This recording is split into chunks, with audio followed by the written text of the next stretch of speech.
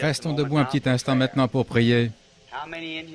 Combien de personnes ici ont une requête dans leur cœur en voulant que Dieu fasse quelque chose de spécial pour vous pendant cette convention? Maintenant, courbons la tête devant lui. Père Céleste, nous sommes un peuple privilégié d'être rassemblés ici, au nom du Seigneur Jésus, dans un pays libre, où nous pouvons t'adorer selon ce que nous dicte notre conscience jusqu'à présent. Et nous prions, Père, qu'il en soit longtemps ainsi. Et maintenant, puissions-nous profiter de ce grand privilège que nous avons. Puissions-nous mettre tout notre cœur dans la réunion de ce soir à t'adorer, pour qu'on puisse dire que Dieu était au milieu de nous ce soir, bénissant son peuple. Sauve chaque âme perdue qui est ici ce soir, Seigneur. Et tous les rétrogrades puissent-ils revenir à la maison de Dieu. Je prie que tous les malades soient guéris, que les affligés marchent, que les aveugles voient, que les sourds entendent. Que la louange et la gloire soient données à Jésus-Christ au milieu de son peuple. Qu'on se souvienne souvent et longtemps, Seigneur, parce que nous nous sommes rassemblés et que nous avons demandé ces bénédictions au nom de Jésus. Amen. Veuillez vous asseoir.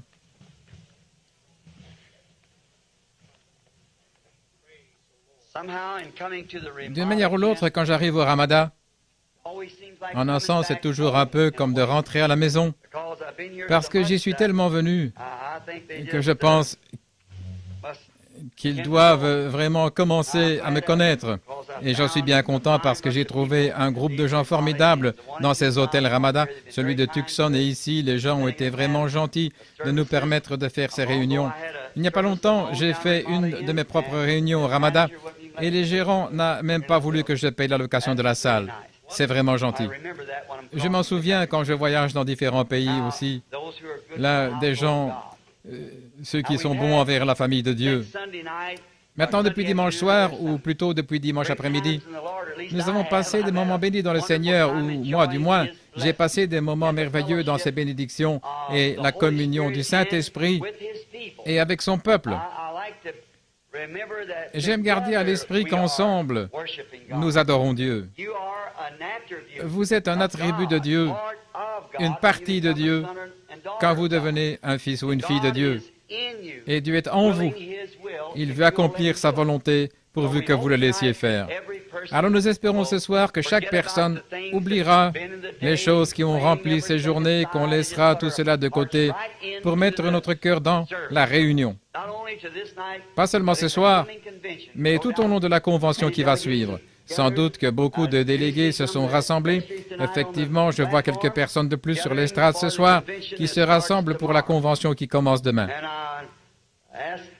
Et je demanderai aux gens qui sont ici pour le réveil que nous venons d'avoir, si vous le pouvez, j'aimerais que vous restiez pour la convention. Il y aura de très bons prédicateurs. Un frère n'a pas pu venir, mais il y en aura beaucoup ici pour le remplacer. Moi-même, je veux être là pendant toute la convention pour apprécier la communion fraternelle. Vous savez, nous montons sur l'estrade, nous les prédicateurs, et nous prêchons. Et nous sommes toujours là à donner aux gens tout ce qu'il y a en nous. Une fois, j'ai prêché sur un sujet où Jésus avait dit « Considérez le lys. Il ne travaille ni ne file. Cependant, je vous dis que Salomon, dans toute sa gloire, n'était pas vêtu comme l'un d'eux. » Et je vois que le lys doit croître jour et nuit, filer, travailler pour être radieux. Mais il n'en retire aucune bénédiction pour lui-même. Il s'ouvre et le passant respire son parfum. L'abeille va chercher le miel qu'il a dans son cœur. Tout ce qu'il a acquis au prix de son travail, il le donne. Et c'est le titre que je donne à mon message, « Monsieur Révérend Lys ». Alors, c'est un sujet assez étrange, mais c'est ça. Les prédicateurs se donnent aux gens, et alors il est bon de s'asseoir et d'écouter les autres. C'est comme se chauffer près du feu. Nous aimons nous asseoir à la flamme les uns des autres et nous réchauffer le cœur de l'Évangile que nos frères prêchent aux gens. Et je suis reconnaissant d'avoir l'occasion de le faire. Et maintenant, J'espère que ce soir, Billy m'a dit qu'il avait distribué des cartes de prière, tout ce qu'il avait. Nous ne pourrions pas voir une ligne de prière même s'il le fallait. Voyez-vous, il faudrait que vous sortiez en faisant le détour par là, traverser un couloir sombre et arriver ici en bousculant tout. Ceux qui sont affligés et ceux qui sont infirmes seraient très mal en point d'avoir à faire cela. Mais nous ne savons pas ce que le Seigneur pourrait faire. Il se peut qu'il descende directement au milieu de nous ce soir et qu'il guérisse tous ceux qui sont ici de toute maladie. Oh, j'aimerais mieux voir ça que toutes les lignes de prière que j'ai eues dans ma vie. Juste de voir la souveraineté de Dieu descendre au milieu de ses enfants obéissants. C'est ce que j'aime toujours.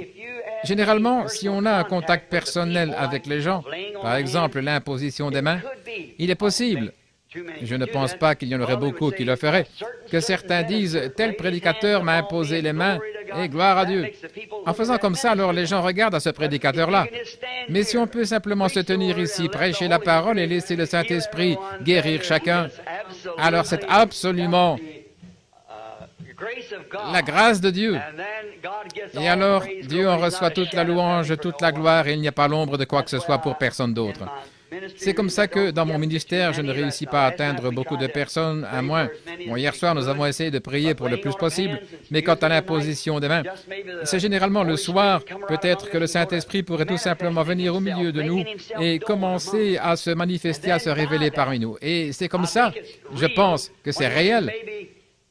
Quand il peut agir par souveraineté, voyez-vous, moi, je ne peux pas dire cet homme-ci ou cette femme-ci ou cet enfant-là, voyez-vous. C'est le Saint-Esprit qui se déplace dans la salle et qui parle à celui à qui il veut parler. Voyez-vous, ça, c'est souverain. Et alors, c'est comme ça que la connaissance vient, parce que c'est une promesse de Dieu, et c'est comme ça que la connaissance de Dieu vient dans sa souveraineté, et aussi cela amène sa présence parmi nous. Nous devrions le voir et nous réjouir. Et peu importe, vous dites, eh bien, j'avais une main infirme, j'étais là hier soir, je ne vais pas mieux. Ça n'a absolument aucun rapport. Pour vous, c'est déjà terminé. Vous ne regardez pas votre main à ce moment-là, vous regardez une promesse, voyez-vous. Par conséquent, vous ne pouvez pas dire, eh bien, frère, un tel n'a pas prié la prière de la foi ou telle et telle personne. C'est la présence du Seigneur qui vous a donné la foi, voyez-vous. Et alors, il a envoyé sa parole et il les a guéris. Maintenant, hier soir, j'ai encore manqué à ma promesse. Je vais vraiment essayer de la tenir ce soir, si je peux. Bon, quelqu'un disait, vous ne vous êtes pas tenu à votre sujet hier soir. Non, je ne m'y suis pas tenu parce que, je vais vous dire pourquoi. J'avais l'intention de prêcher sur un sujet, je ne me souviens plus exactement quoi maintenant, mais Dieu riche en miséricorde. Et je me suis mis à essayer d'expliquer ce que Paul avait dit là, quand il avait dit, nous qui, autrefois, à un moment donné, à un autre moment que maintenant, nous étions morts dans le péché et les transgressions. Dieu nous a vivifiés, rendus à la vie. Bon, voyez-vous, avant que quelque chose puisse être vivifié, il faut qu'il y ait quelque chose là pour le vivifier. C'est exact. Donc, si vous étiez dans la préscience de Dieu, alors vous devenez une partie de Dieu, et le seul moyen pour vous d'être un fils de Dieu ou une fille de Dieu, c'est que vous deviez être une partie de Dieu, et Dieu n'est pas complet sans vous. Forcément, c'est exact. Parce qu'il y a une seule source de vie éternelle, et c'est Dieu, et lui seul a la vie éternelle. Voyez? Donc, et vous étiez une partie de lui, en ce sens que vous êtes un attribut, ou que vous étiez dans sa pensée au commencement. Et c'est à cause de ça, parce qu'il a pensé à vous au commencement, et cela donne cette petite traction vers vous. C'est cela qui doit être vivifié. Certains ne seront jamais vivifiés. Ce n'est tout simplement pas en eux, un point c'est tout. C'est comme si vous mettiez un grain de maïs en terre, il aurait beau avoir une très belle apparence, il n'y a pas en lui le germe de vie, il ne pourra jamais être vivifié. Mais le germe de vie doit d'abord se trouver là. Et j'ai pris la petite histoire de cet aigle qui circulait avec les poules et les poulets parce qu'il avait éclos et qu'il était né là-bas. Mais il ne se sentait pas être un poulet. Et vous savez, quand sa maman est passée et qu'elle a poussé son cri, il a entendu une voix qui lui plaisait vraiment parce qu'il était un aigle dès le départ. Tout ce qu'il lui fallait faire, c'est de se retrouver, trouver sa place. Et c'est comme ça pour chaque croyant. Vous n'êtes pas né pour ce monde-ci. Vous avez été créé à l'image de Dieu pour être un fils de Dieu. Et vous n'êtes pas à votre place dans cette basse-cour ici. Vous êtes un aigle. Vous savez, je me suis mis à parler de cet aigle et je n'arrivais plus à revenir sur terre. Alors j'ai prêché trop longtemps et puis j'ai oublié mon sujet. J'ai perdu mes notes et tout le reste, c'était vraiment quelque chose. Mais c'est ça, en parlant de cet aigle. Maintenant, puisse cet aigle, Dieu, vous savez, Dieu compare ses prophètes à des aigles. Et il s'appelle lui-même un aigle. Il est l'aigle Jéhovah, Papa Aigle. Et s'il se donne ce nom, c'est parce que l'aigle peut voler plus haut que tous les oiseaux.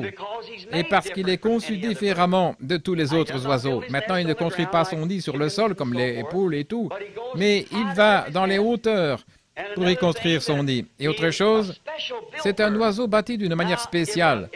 Si un faucon, ou un corbeau, ou une buse, ou n'importe quel autre oiseau essayait de le suivre dans les cieux, il se désintégrerait. Il n'est pas conçu pour ça. Il faut être quelqu'un de spécial pour monter là-haut. Ses plumes sont fixées plus solidement que tous les autres oiseaux. Et son œil est plus perçant que celui de tous les autres oiseaux. Et plus il monte haut, plus il peut voir loin. Eh bien, certains oiseaux, quand ils arrivent à la hauteur où ils devraient être, ils sont aussi aveugles qu'une chauve-souris. Et c'est pareil. Eh bien, quand ils se détachent de leur credo, alors ils n'en savent rien. Les jours des miracles sont passés. Pourquoi? Ils ne peuvent pas le voir. Mais les aigles peuvent monter jusque dans les cieux et les cieux des cieux là-haut. Ça sert à quoi de monter jusque-là si vous ne pouvez pas voir? Oh, je suis si heureux d'être l'un d'entre eux et de m'associer maintenant avec tout un nid rempli de ces aigles. Prenons dans l'Ancien Testament le livre des Proverbes, écrit par Salomon, l'un des hommes les plus sages du monde après notre Seigneur Jésus. Mais lui n'était pas tout à fait comme Salomon, en ce sens que Salomon était un homme né d'une femme et qui avait été engendré par un père terrestre, David. Mais Jésus était un fils né d'une vierge et il n'était pas seulement un homme, mais il était Dieu, l'homme Dieu. Il était plus qu'un homme. Il était un homme plus. Mais Salomon était seulement un homme, comme vous et moi. Et il a demandé à Dieu la sagesse pour diriger son royaume. Et il a eu un don de sagesse, l'homme le plus intelligent qu'on ait jamais connu, après notre Seigneur. Il a écrit les Proverbes, et je trouve qu'ils sont vraiment bien. Et maintenant, nous allons prendre le livre des Proverbes au chapitre 1, ou plutôt au chapitre 2, et les premiers versets de Proverbes, Proverbe 2, à partir de 1, Proverbe 2, la suite des conseils que Salomon donne à ses fils. Mon fils, si tu reçois, excusez-moi, c'est Proverbe 3, 1. Excusez-moi, j'ai regardé ici dans mon livre, et je vois que c'est Proverbe 3 plutôt que 1 ou 2. Excusez-moi. Proverbe 3, verset 1. Mon fils, n'oublie pas mon enseignement et que ton cœur garde mes commandements, car ils augmenteront la durée de tes jours, les années de ta vie et ta paix. Que la loyauté et la vérité ne t'abandonnent pas. Lis-les à ton cou. Écris-les sur les tables de ton cœur. Tu acquerras ainsi grâce et bon sens aux yeux de Dieu et des humains. Confie-toi en l'Éternel de tout ton cœur et ne t'appuie pas sur ta propre intelligence. Reconnais-le dans toutes tes voies et c'est lui qui aplanira ton sentier. Oh, je trouve que c'est vraiment le plus beau passage de l'Écriture. Maintenant, j'aimerais prendre comme sujet, tiré du verset 5, « Ne t'appuie pas sur ta propre intelligence. » Maintenant, voilà un sujet très étrange pour le jour où nous vivons. Parce qu'aujourd'hui, certainement qu'on met beaucoup l'accent sur l'instruction et sur notre propre intelligence des choses. Et nous voyons que cette déclaration étrange ici, comme d'autres passages des Écritures, elle a sa place, et nous faisons confiance à Dieu qu'il nous fera voir quelle est sa place. Aujourd'hui, nous envoyons nos enfants à l'école pour qu'ils acquièrent de l'intelligence. Une fois l'école primaire terminée, nous les envoyons à l'école secondaire pour qu'ils aient une meilleure intelligence côté connaissances. Et une fois ces études-là terminées, certains enfants ont même la chance d'aller à l'université. Ils vont à l'université pour parfaire leurs études et leur intelligence, leur connaissance. C'est ce qu'on exige d'eux. Souvent, pour obtenir un emploi, il faut avoir fait au moins des études secondaires ou des études supérieures et tout. Pourtant, le sage Salomon nous a dit de ne pas nous appuyer là-dessus, pas sur notre propre intelligence. Ne recevez pas vos instructions de ces choses-là. Nous nous demandons pourquoi il dirait une chose pareille. C'est parce que, généralement, notre intelligence moderne correspond à la sagesse de l'homme, ce qui est contraire à la parole de Dieu. Je pense que le conseil que Salomon essayait de donner à ses fils, ce n'était pas d'être illettrés, mais de ne pas s'appuyer sur leur intelligence. Et je trouve que ce serait une bonne exhortation aujourd'hui si nous disions en nos fils et aux fils de Dieu que c'est très bien d'avoir de l'instruction, il n'y a rien contre ça, mais quand cette instruction est contraire à la parole de Dieu, alors appuyez-vous sur la parole et laissez tomber votre instruction. Voyez-vous, à cause de la parole, l'instruction va vous servir, va vous donner un bon emploi, vous serez probablement bien vu des gens intellectuels, et c'est en ordre, ça vous aidera probablement beaucoup, ça vous aidera du côté financier et du côté de vos moyens d'existence, vous vivrez peut-être un peu mieux. Mais souviens-toi d'une chose, mon fils, tu devras mourir. Peu importe toutes les études que vous avez pu faire, toute la culture que vous avez pu accumuler, vous devrez quand même faire face à la mort, parce qu'il est écrit que l'homme doit mourir, après quoi vient le jugement. La mort, ce n'est pas si grave, mais de passer en jugement, c'est ça qui est grave. Bon, vous pouvez mourir, mais après quoi vient le jugement? Et Dieu ne va pas vous demander combien d'études vous avez faites quand vous étiez sur Terre, combien de connaissances vous avez accumulées. Si vous avez le titre de bachelier en art ou le diplôme que vous avez bien pu avoir, même en tant que prédicateur, ce n'est pas là-dessus qu'on vous demandera des comptes, mais on vous demandera des comptes sur ce que vous avez fait de votre entendement de la parole de Dieu. Ce sera ça l'exigence. En effet, votre instruction, c'est bien, mais la parole de Dieu, c'est la vie. Ma parole est vie. Et la connaître, c'est la vie. Et il a dit de le connaître, lui, il est la parole. Alors vous ne pouvez le connaître que par la parole, car il est la parole. Et c'est le seul moyen pour vous de le connaître, c'est par sa parole. Quelqu'un pourrait se présenter et dire, ceci c'est Dieu, ça c'est Dieu, ou ceci c'est juste, et ça c'est juste. Mais nous revenons à la parole, qui est la vérité. La parole, c'est exactement comme l'étoile polaire. C'est une vraie étoile. Peu importe de quel côté le monde peut flotter, l'étoile polaire est centrée par rapport à la Terre. Vous réglez votre boussole sur l'étoile polaire. Celle-ci est toujours au centre par rapport à la Terre. Les autres étoiles se déplacent avec le monde, mais l'étoile polaire reste stable. Maintenant, la boussole, c'est le Saint-Esprit. Et votre poteau d'attache, ce serait l'étoile polaire. Alors le Saint-Esprit vous dirigera toujours vers la parole. Le Saint-Esprit ne vous conduira jamais vers quoi que ce soit d'autre que la parole de Dieu. Alors comment un homme pourrait-il accepter un credo alors que c'est contraire à la parole et continuer quand même à prétendre avoir le Saint-Esprit? Le Saint-Esprit vous dirigerait dans une direction opposée à celle-là. Il faut le Saint-Esprit pour vous diriger vers la parole, car il est la parole. Il est la parole. Et de même que l'aiguille aimantée de la boussole peut seulement se diriger vers le pôle Nord, elle ne peut être attirée que dans cette direction-là, ainsi comme le Saint-Esprit est l'auteur de la parole et celui qui l'a écrite et qui la vivifie. comment peut-il diriger la personne vers quoi que ce soit d'autre que la parole? Alors quand quelqu'un prétend avoir le Saint-Esprit et qu'ils acceptent quelque chose qui est contraire à la parole, on peut voir que ce n'est pas le véritable Saint-Esprit qu'ils ont, voyez. Ça pourrait être un esprit, je ne dis pas le contraire, mais ce n'est pas le Saint-Esprit de Christ. Maintenant, vous savez, très souvent, les gens prennent les esprits les uns des autres. Et alors, avec ça, ils pourraient être dirigés comme un groupe d'hommes vers une certaine chose. Mais ils ne seront pas dirigés vers Christ. Mais le Saint-Esprit, lui, il dirige toujours vers Christ, et Christ est la parole. C'est ce que nous voyons très clairement dans la Bible. Enfin, moi, je le vois. Il se pourrait peut-être que je me trompe dans ma pensée.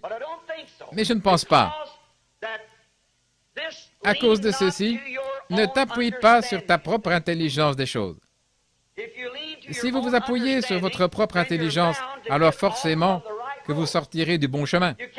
Vous ne pouvez pas vous appuyer sur l'intelligence de personne d'autre quand il est question de la vie. Pour trouver la vie, vous devez vous appuyer sur la parole. C'est la vie.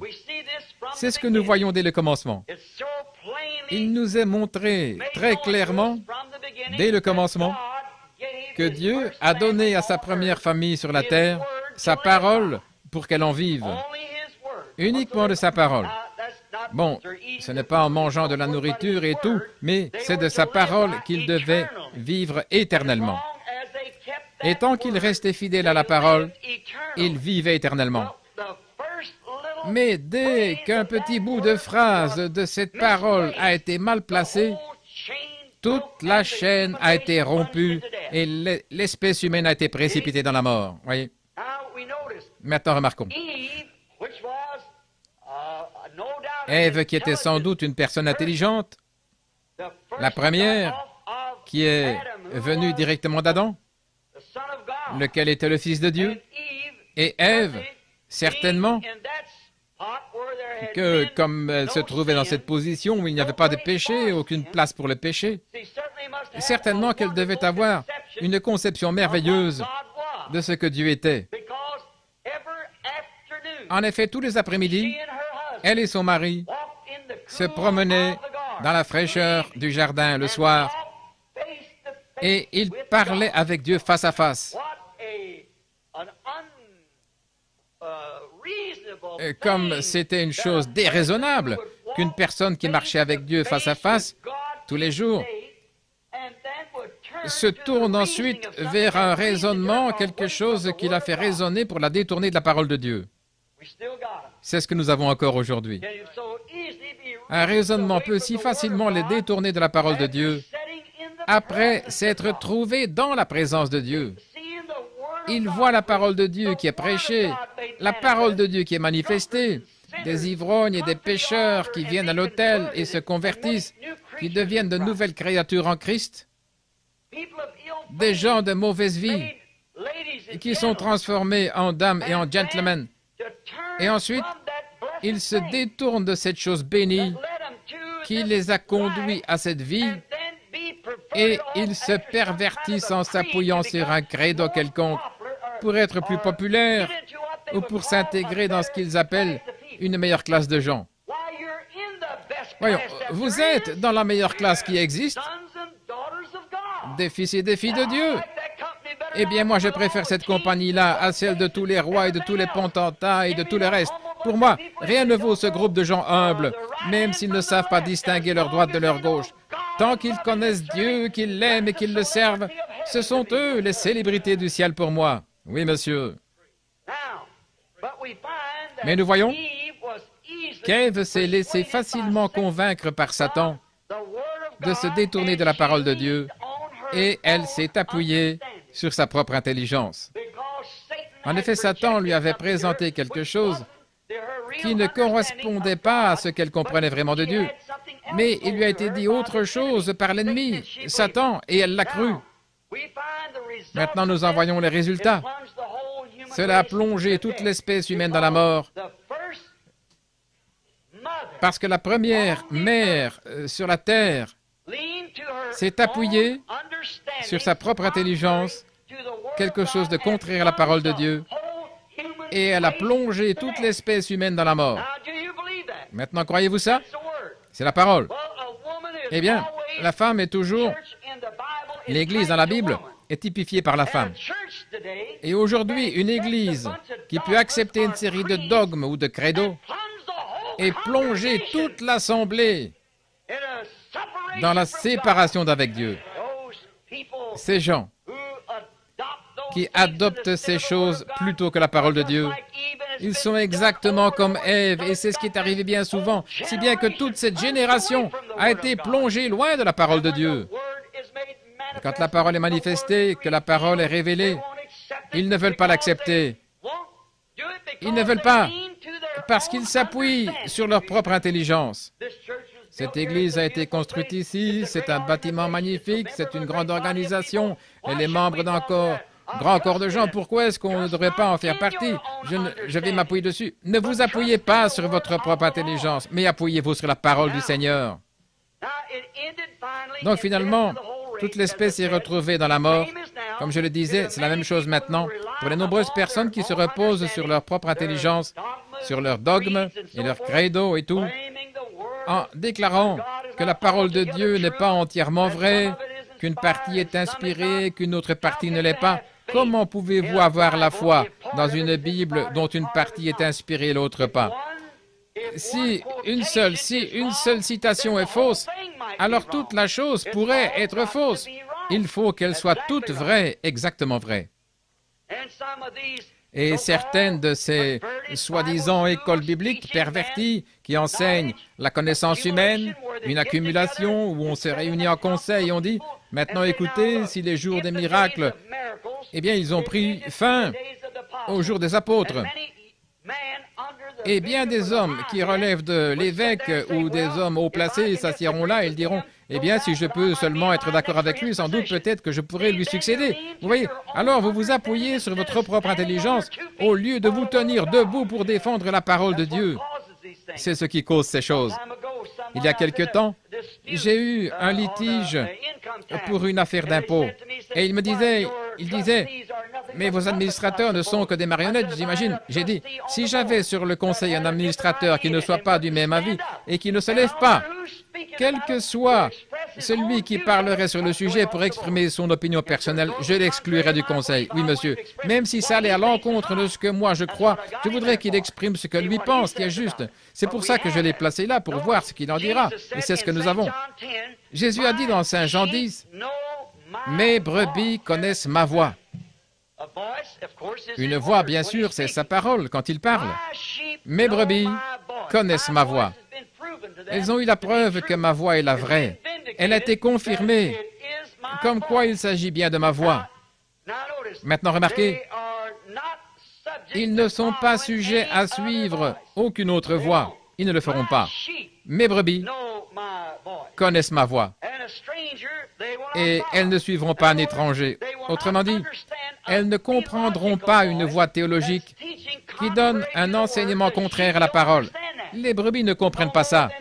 Pas plus que l'aigle d'hier soir ne pouvait comprendre le gloussement de la poule. Elles ne le comprennent pas, parce qu'il était un aigle. Et c'est pareil pour un véritable enfant de Dieu né de nouveau. Ils comprennent seulement les choses qui sont de Dieu. Maintenant, quelqu'un dirait, eh bien, écoute, là, tu pourrais faire ceci, je pense, je crois que ce n'est pas comme ceci, je crois que les jours des miracles sont passés, je ne crois pas que c'est la guérison divine, je ne crois pas ceci. Maintenant, un véritable chrétien de nouveau, ses oreilles ne retiendront jamais ça. Il ne le comprend pas. Et comment un homme qui croit en Dieu et qui peut lire la Bible et voir qu'il est le même hier, aujourd'hui et pour toujours, peut-il accepter une telle chose? Je ne le comprends pas. Donc, ils ne s'appuient pas sur leur propre intelligence. Comme par exemple un bébé. Prenez un petit bébé qui est né et qui s'est appuyé une fois sur le sein de sa mère, qui a tété son lait chaud, appuyé sa petite tête sur son sein, même s'il n'est âgé que de quelques heures. Un jour ou deux plus tard, retirez-lui sa mère et remettez-le au sein d'une mère étrangère. Il va lancer les pieds en l'air et hurler. Ce n'est pas sa mère. Voyez-vous, il a déjà en lui quelque chose parce qu'il est une partie de cette mère. Déjà, la nature lui a fourni un moyen de reconnaître sa propre maman. Et si la nature a fourni au bébé le moyen de reconnaître sa mère qui lui a donné naissance, combien plus à un fils de Dieu qui est né de l'Esprit de Dieu? Il connaît sa maman. Il sait parce qu'il est né de la parole. Et il comprend la parole. Mettez-le dans un lieu étranger et certainement qu'il ne sera pas à sa place. Il sortira de là à toute vitesse. Parce qu'il ne s'appuie pas.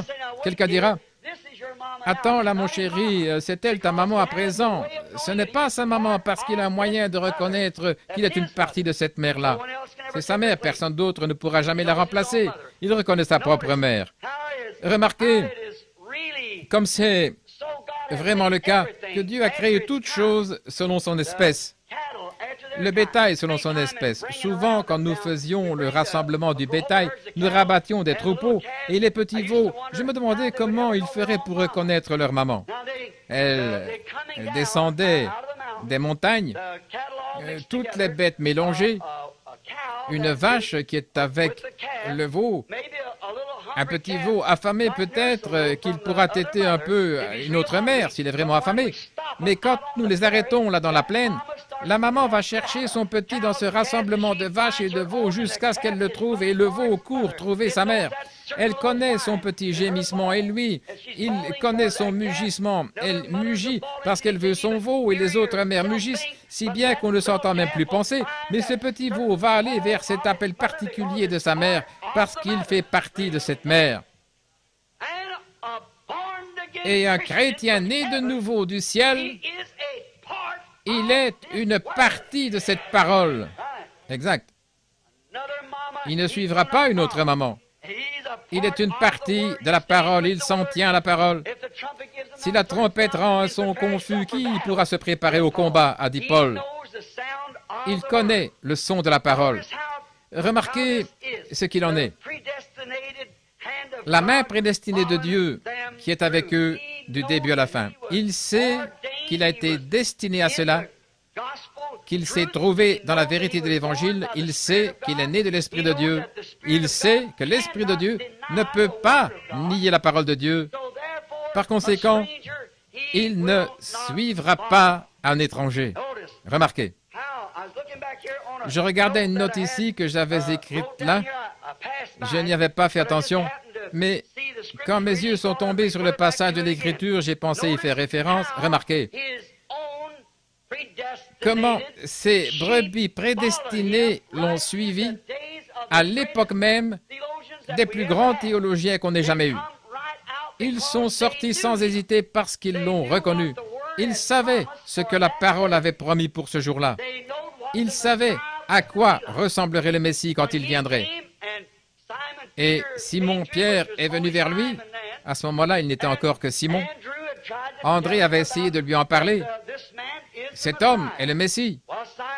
Bon, Simon, évidemment, il était peut-être un peu entêté, il ne voulait pas y aller. Mais quand il s'est avancé dans la présence de Jésus, quand Jésus a dit, « Tu t'appelles Simon et tu es le fils de Jonas. » Maintenant, nous savons que Jésus a dit à ses apôtres qu'il les connaissait avant la fondation du monde. Ils étaient les attributs de ses pensées.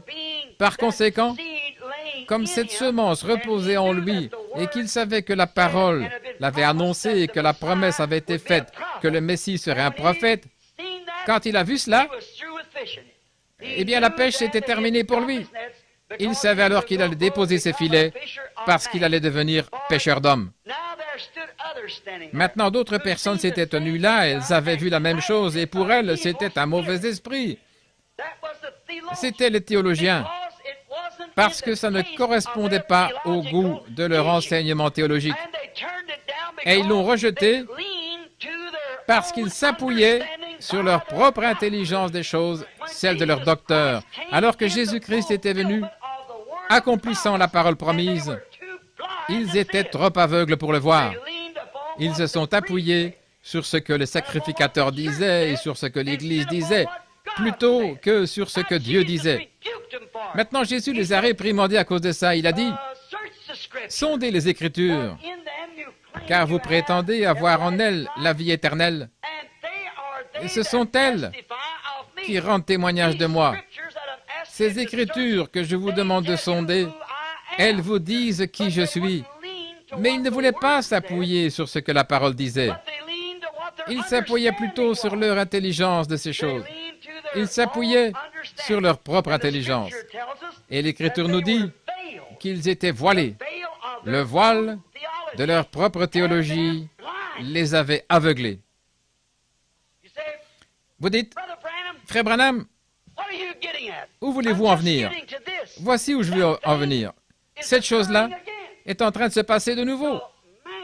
C'en est au point où des hommes et des femmes et des gens vont s'appuyer sur une certaine église à laquelle ils ont adhéré et dont ils font partie.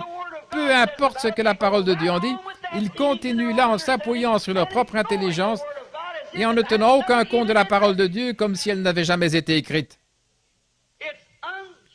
C'est une semence de vie humaine qui n'a pas germé. La vie physique est là, mais il n'y a pas de vie spirituelle à l'intérieur qui puisse être vivifiée. Le voile couvrait leur visage. Maintenant, remarquez, ils avaient leurs propres pensées de ce que Dieu devait être, ils avaient leurs propres idées de ce que le Messie devrait être, mais la parole disait ce que le Messie devrait être. Alors voyez-vous, ils avaient leur propre intelligence de ce qu'il serait. Sans doute que le souverain sacrificateur disait « Tous mes sacrificateurs sous mes ordres, quand le Messie viendra, nous avons construit un grand temple ici, nous avons fait tout ceci, et la Bible dit qu'il entrera soudainement dans son temple et toutes ces choses. Quand il le fera, le Messie viendra directement ici, et il se fera connaître au milieu de nous. Il dira « Je suis le Messie, je suis arrivé, je suis ce Messie que vous attendiez. » Eh bien, quand il est effectivement venu, il est venu d'une manière tellement différente de leur pensée qu'ils ne l'ont pas reconnu. Ils n'ont pas su qui il était. Que se serait-il passé si un hypocrite s'était présenté là et qu'il avait dit « Je suis le Messie, je suis le docteur un tel », il l'aurait accepté. Mais quand on est venu vers un homme qui était né d'une naissance douteuse, qui n'avait reçu aucune instruction dans aucune école qu'il aurait fréquentée, il n'avait aucune expérience de séminaire, aucune carte de membre, mais il était l'interprétation de la parole de Dieu manifestée. Les œuvres que je fais vous déclarent qui je suis. Si je ne fais pas les œuvres dont il avait été promis que je les ferais, alors ne me croyez pas. Ne pourrions-nous pas appliquer ça à ce jour-ci? Quand le Saint-Esprit vient, il veut l'appliquer ça à un autre âge.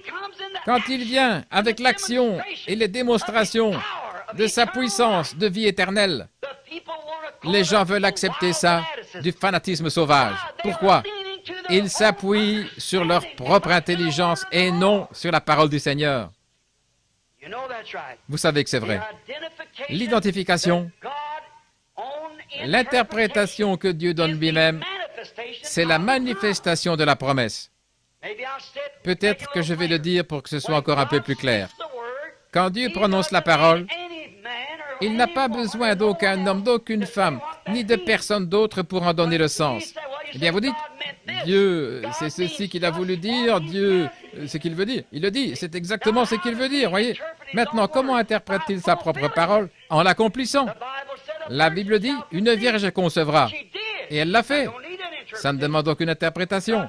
Dieu a dit qu'il y ait de la lumière, et il y en a eu. Ça ne demande aucune interprétation. Dieu a aussi dit qu'en ces derniers jours, il répandrait son esprit sur toute chair. Et il l'a fait. Ça ne demande aucune interprétation. Tout ce que ça demande, c'est une acceptation. Quelqu'un qui acceptera ce que Dieu a fait. Ça ne demande pas d'interprétation. Dieu interprète sa propre parole. Dieu a promis ces choses que nous voyons jour après jour. Il a promis de les accomplir au dernier jour. Les gens d'aujourd'hui, comme à cette époque-là, ils s'appuient sur leur propre intelligence. Mon pasteur dit que c'est du fanatisme. Mais la Bible dit que ces choses se produiraient. Vous allez vous appuyer sur l'intelligence de qui? La Bible a promis que dans les derniers jours, l'âge de l'Église de Laodicée se serait tellement enrichi et qu'il se suffirait à lui-même. Je suis riche, je n'ai besoin de rien. Je suis assise comme une reine. Elle est riche. Et il a dit, tu ne sais pas que tu es misérable. Maintenant ça, c'est l'âge de l'Église en entier. L'Église, à l'Église de Laodicée. Tu es nu, aveugle, pauvre, misérable, et tu ne le sais pas. Assise au milieu de ses richesses, des dizaines de milliers et de milliers de membres, les richesses du monde dans sa main presque. Si on met tout ça ensemble à ce jour, l'Église catholique et les protestants, alors qu'ils sont en train de s'unir, ils possèdent les richesses du monde. Notre pays est fauché ou presque. Nous empruntons sur des impôts qui seront perçus dans 40 ans, à ce qu'on me dit, selon ce qu'ils ont dit à l'émission Lifeline. Les impôts que nous dépensons en ce moment seront perçus dans 40 ans. Mon petit-fils, si Jésus tarde, les impôts qu'il paiera quand il aura 40 ans, c'est ce que nous dépensons en ce moment. Nous envoyons ça pour aider les pays étrangers alors que les Indiens de chez nous meurent de faim. Nous essayons d'acheter la fraternité. La fraternité, ça ne s'achète pas. Un ami, ça ne s'achète pas. Non. Mais voilà ce que nous faisons. Voilà notre système. Ils imposent les gens tout ce qu'ils peuvent récolter, des taxes. Et la dette de guerre que nous avons contractée ne sera pas réglée avant des centaines d'années encore, je suppose, à cause des politiciens. Nous ne devrions pas être dans cet état-là. Nous n'avons aucune raison d'en être là. Mais les églises, elles, se sont enrichies. Presque toutes les richesses du monde, dit la Bible, se trouvent dans l'Église catholique. C'est pour ça que la Russie l'a expulsé, que la Russie l'a excommunié. C'est ça qui a été la source même du communisme. C'est parce que l'Église enseignait qu'elle était quelque chose alors qu'elle n'était pas différente du reste du monde. Quand nous étions en Finlande là-bas, que ce petit garçon a été ressuscité, ces soldats russes se tenaient au garde à vous et ils disaient « Nous recevrons un Dieu qui peut ressusciter les morts ». Nous avons construit des dénominations et des écoles et des bâtiments, mais nous n'avons pas fait ce que Jésus nous avait dit de faire, c'est-à-dire prêcher l'Évangile. Nous avons cherché à instruire le monde. Il n'a jamais dit « instruisez le monde ». Celui qui sera instruit sera sauvé. Vous devez naître de nouveau, être rempli du Saint-Esprit. Voilà pourquoi nous avons échoué si lamentablement partout. Voyez-vous, nous avons les richesses, nous les avons. Maintenant, qu'est-ce qui va arriver? Quand cette Église, le Conseil mondial des Églises, se réunira, ne pouvez-vous voir qui sera à la tête? Vous, les méthodistes, les presbytériens, ne pouvez-vous pas comprendre ça? Et les autres, même les pentecôtistes, vous dites que vous n'y entrerez pas. Ou bien vous y entrerez, ou bien vous démantèlerez votre dénomination. De deux choses l'une. C'est là devant vous. Vous devrez le faire. C'est une contrainte, la marque de la bête. C'est exactement ça. Le système dénominationnel. Absolument, je peux le prouver par la Bible. C'est la marque de la bête. Elle était une prostituée. Ses filles étaient des prostituées. Et nous savons que c'est la vérité. La religion organisée, c'est contraire à la parole. Et les principes sur lesquels elle se fonde sont antichrist. Tout ce qu'on trouve là-dedans n'est pas antichrist, mais les principes sur lesquels elle se fonde, son système est antichrist parce qu'il est contraire à la parole de Dieu. Tous les systèmes organisés sont ainsi. Voilà, voyez-vous, et vous vous appuyez sur quelqu'un d'autre, leur intelligence, au lieu de vous appuyer sur l'intelligence de Dieu, ce que Dieu en a dit. C'est la raison pour laquelle c'est faux. Des jeunes hommes vont dans les séminaires, ils ont une bonne instruction, ils vont à ces écoles soi-disant bibliques, et peut-être qu'ils ont un appel de Dieu dans leur cœur. Ils vont là-bas et ils sont tellement endoctrinés avec un point de vue. Un tel l'a dit, l'évêque un tel, celui-ci l'a dit, celui-là. Les hommes réunis en conseil sont d'accord que ça devrait être ainsi. Peu importe quiconque. Jésus a dit que toute parole d'homme soit un mensonge et que la mienne soit la vérité. Peu importe de qui, que la mienne soit la vérité. Maintenant, comment reconnaître ce qui est la vérité? Quand la Bible déclare que quelque chose arrivera, que quelque chose se produira, et que ça arrive ainsi.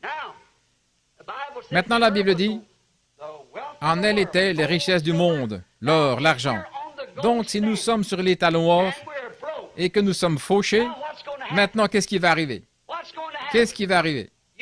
Vous savez, les riches de cette nation, les grandes usines, les hommes du whisky et du tabac et ainsi de suite, comme ça, ils n'accepteront pas de changer la monnaie. Alors la seule chose à faire, ce sera d'emprunter. Et il n'y a qu'un seul endroit où nous pouvons emprunter. Et à ce moment-là, nous vendrons notre droit d'aînesse. C'est exact. Alors qu'allez-vous faire? Vous êtes la propriété de ce système. Et il n'y a plus rien à faire. Oh, les amis, vous pensez peut-être que je suis fou, mais quand la mort aura fait taire ma voix, ces bandes continueront à jouer et vous reconnaîtrez que ce que j'ai dit s'est accompli. Je serai la personne la plus stupide de prendre la position que j'ai prise, d'aller jusqu'à m'élever contre cette chose-là. Je serai contre Dieu, je serai contre tout ce qui est de Dieu si je faisais erreur dans mes opinions et dans mon appel. La chose serait contre Dieu. Mais si j'ai pris position, c'est parce que je le vois ici dans la parole. C'est la parole de Dieu. Et puis, j'en vois la confirmation, la vérité en être démontrée. Voilà l'interprétation que Dieu donne de sa parole. L'interprétation que Dieu donne lui-même de sa parole, c'est sa façon de la confirmer et d'en établir la vérité. Pourquoi les pharisiens étaient-ils aveugles? Qu'est-ce qui les rendait si aveugles? C'est parce qu'ils refusaient d'accepter la révélation ou la confirmation de la parole. Et c'est la raison aujourd'hui pour laquelle les églises sont aveugles. C'est parce qu'elles refusent d'accepter la révélation, alors même que la confirmation est donnée. Bien que la parole le dise, que c'est révélé, et que c'est ensuite démontré, elles refusent quand même de l'accepter. C'est pour ça que les Juifs, jusqu'à ce jour, les Juifs refusent de l'accepter. Vous ne pouvez pas leur parler de Christ parce que le voile couvre encore leur visage. Ils sont aveuglés. Et l'Église, vous ne pouvez pas leur parler du plein évangile et de la puissance de Dieu, parce que le Dieu de ce siècle les a aveuglés aux vérités de Dieu et qu'ils s'appuient sur leur propre intelligence. Alors que les femmes entrent dans l'Église et qu'elles se coupent les cheveux, parce que leur pasteur leur dit « Oh, tout va bien, cet homme-là est fou ». Mais la Bible dit qu'elle agit mal quand elle fait ça, que Dieu refuse d'entendre ses prières. Et certaines de ces femmes-là ajoutent encore à la honte en essayant d'être prédicateurs. À ce moment-là, elle fait une double chose. La Bible dit qu'elle ne devrait pas faire cela. Rien du tout. Mais l'Église, l'organisation va accepter ces choses. Elle ordonnera cette femme et l'enverra là-bas. Ils s'appuient sur leur propre intelligence. Une seule parole de Dieu mal placée ou mal interprétée ou qui n'est pas acceptée rompt toute la chaîne. L'homme ne vivra pas de pain seulement, mais de toute parole qui sort de la bouche de Dieu. Comment se fait-il que vous, les femmes, vous m'entendez prêcher contre ces choses, contre le port des shorts et le maquillage et ces coiffures à cheveux courts et toutes les choses du genre? Et puis chaque année, quand je reviens, vous êtes encore assises là dans le même état. C'est parce que vous vous appuyez sur votre propre intelligence plutôt que sur la parole du Seigneur. Et vous, les pasteurs, pourquoi ne nettoyez-vous pas votre Église? Parce que vous vous fiez à votre credo dénominationnel plutôt qu'à la parole du Seigneur. C'est vrai, ne vous appuyez pas sur votre propre intelligence. Eh bien, ne vous appuyez pas sur votre propre intelligence, mais sur la parole du Seigneur. Ils ne voulaient pas l'accepter parce qu'ils ne voulaient pas en accepter la confirmation. Jésus est venu avec un évangile exactement comme il avait dit qu'il viendrait. Même que souvent, Jean était un peu déboussolé quand on l'a mis en prison et qu'il était là, il avait prêché que le Messie viendrait. Avec son vent à la main, il nettoierait son air et il brûlerait la paille dans un feu qui ne s'éteint point et amasserait le blé dans le grenier. L'Esprit de Dieu qui sortait, qui jaillissait de lui comme une fontaine. Et alors, quand il a vu venir Jésus, cette espèce de petit homme doux et humble qui était bousculé, il devait s'enfuir pour sauver sa vie. Jean ne comprenait pas. Alors il a envoyé quelques-uns de ses disciples pour voir Jésus, pour lui demander s'il était réellement celui-là. Comme c'était déshonorant pour Jésus. Après que ce prophète s'était tenu là dans l'eau avec la parole de Dieu, qu'il avait dit « Je l'ai reconnu, parce que j'ai vu le Saint-Esprit comme une colombe, Dieu descendre du ciel comme une colombe et entrer en lui. Et j'ai entendu une voix qui a fait entendre du ciel, c'est moi, celui-ci est mon fils bien-aimé. » Et après ça, Jean a dit « Allez lui demander si réellement c'était lui, ou devons-nous en attendre un autre ?» Maintenant, Jésus ne lui a pas envoyé un livre sur la façon de se comporter en prison ou sur l'Église à laquelle il aurait dû adhérer, mais il a dit « Restez un peu avec nous et observez ce qui se passe. Et après, allez montrer à Jean les choses que vous avez vues et faites. » En effet, ces œuvres qu'il faisait confirmaient qu'il était le Messie, le Fils de Dieu. Heureux celui pour qui je ne suis pas une occasion de chute. Cela a offensé tant de personnes. Il est si facile pour tant de gens de trouver dans la parole de Dieu une occasion de chute. Elle va à l'encontre, ils veulent s'appuyer sur leur propre intelligence, ils ne veulent pas accepter la parole de Dieu. Alors, ils suivent simplement la voie qu'on leur a enseignée.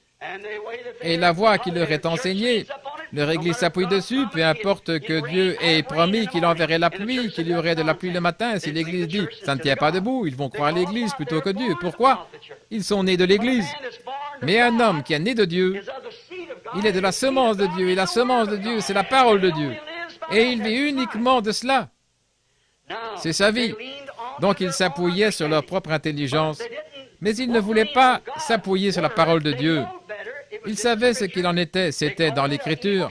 Ils ont dit que c'était un mauvais esprit, cet homme-là. Pourquoi? Le sacrificateur avait dit, « Tous ceux qui iront entendre prêcher cet homme seront exclus de la synagogue. » À un moment donné, un homme qui avait été aveugle a été guéri par Jésus. Même ses parents, ils étaient vraiment heureux de sa guérison, mais ils avaient peur de confesser que c'était Jésus qui l'avait fait. Et oui, il a dit, « Est-ce là votre fils? » Oui, qui l'a guéri? Je ne sais pas. Il a dit, il a de l'âge, interrogez-le lui-même. Il parlera de ce qui le concerne. En effet, il avait été dit que tout homme qui s'appuierait sur son intelligence à lui, Christ, plutôt que sur leur intelligence à eux, serait exclu de leur Église. N'est-ce pas exactement la même chose maintenant? Je vous pose la question. C'est exact. Ça se dessine de la même façon. Qu'importe ce que Dieu peut faire, il faut que ça concorde avec leur propre intelligence des choses et non avec ce que Dieu confirme être la vérité. Mais cet homme-là, il a eu la réponse. Qui t'a guéri? Celui qu'on appelle Jésus de Nazareth. C'est un pécheur, nous ne savons pas d'où il vient. Il a dit, ça c'est une chose étrange. Vous êtes censés être les conducteurs de cette heure. Et voici un homme qui a ouvert mes yeux, ce qui n'a pas été fait depuis le commencement du monde, et pourtant vous dites que vous ne savez pas d'où il vient? Oh là là, pourquoi? Ils s'appuyaient sur leur propre intelligence plutôt que sur la parole du Seigneur. En effet, Isaïe avait dit que les aveugles verraient, que le boiteux sauterait comme un cerf, que les déserts éclateraient en cris de joie. Mais voyez-vous, ils se sont appuyés sur leur propre intelligence et non sur la parole, sur leur propre système qu'ils avaient établi. Maintenant, remarquez, les églises d'aujourd'hui font pareil. Elles se sont formées une super race d'intelligence par leur système dénominationnel. Elles ont une super intelligence des choses, tellement qu'ils ne veulent pas que personne y touche, que personne n'entre à moins de faire partie de leur groupe. Ne me dites pas le contraire, j'habite à Tucson, en Arizona. Je suis arrivé là-bas il y a 3 ans. J'ai eu une rencontre avec le conseil des églises et j'ai dit, je ne suis pas venu pour commencer une église, je suis venu pour fraterniser avec vous, je suis venu pour vous aider, je suis missionnaire, évangéliste, c'est ce que je fais. Ils ont dit, êtes-vous venu pour commencer une église? J'ai dit, non monsieur, je suis venu, si je voulais une église, j'en ai une en Indiana. J'ai dit, je suis venu ici parce que le Seigneur m'a conduit à venir ici par une vision. Je vais rester ici quelque temps, à moins qu'il me conduise ailleurs, mais je ne suis pas venu pour commencer une église, je suis venu pour aider. Vous, les frères, ça fait 3 ans. Je n'ai été invité nulle part. Pourquoi? Parce qu'ils se sont réunis tout de suite après et qu'ils ont dit que tout homme qui me ferait venir derrière sa chair, qu'ils excommunieraient ce prédicateur-là. Voyez-vous pourquoi? Ils s'appuient sur leur propre intelligence. Certainement. Ceux-là, ce sont les soi-disant. Ils forment leur super intelligence. Si vous ne mettez pas votre nom sur le registre, vous êtes perdu. Un ministre me disait ça. Oh, vous dites, ça, c'était un imposteur, c'était un pentecôtiste. Jack Moore et moi, nous nous sommes assis là à l'écouter à Dallas, au Texas. Il disait qu'il allait devoir ôter un homme de leur registre. J'ai dit, pourquoi? Parce qu'il a fraternisé avec... Eh bien, ôtez-le. Eh bien, alors il sera perdu. J'ai dit, perdu? Il a dit, si son nom n'est pas dans le registre. J'ai dit, vous voulez dire que vous êtes surveillant général et que vous croyez ça? Il a dit, c'est la vérité. J'ai dit, raccrochez, monsieur. Ce n'est pas ça la grâce de Dieu, voyez-vous. Car par un seul esprit, nous avons tous été baptisés dans un seul corps. Et nous devenons membres de ce corps. Peu importe la marque que vous portez, ça n'a rien à voir. C'est par une naissance que vous êtes un chrétien, c'est le seul moyen.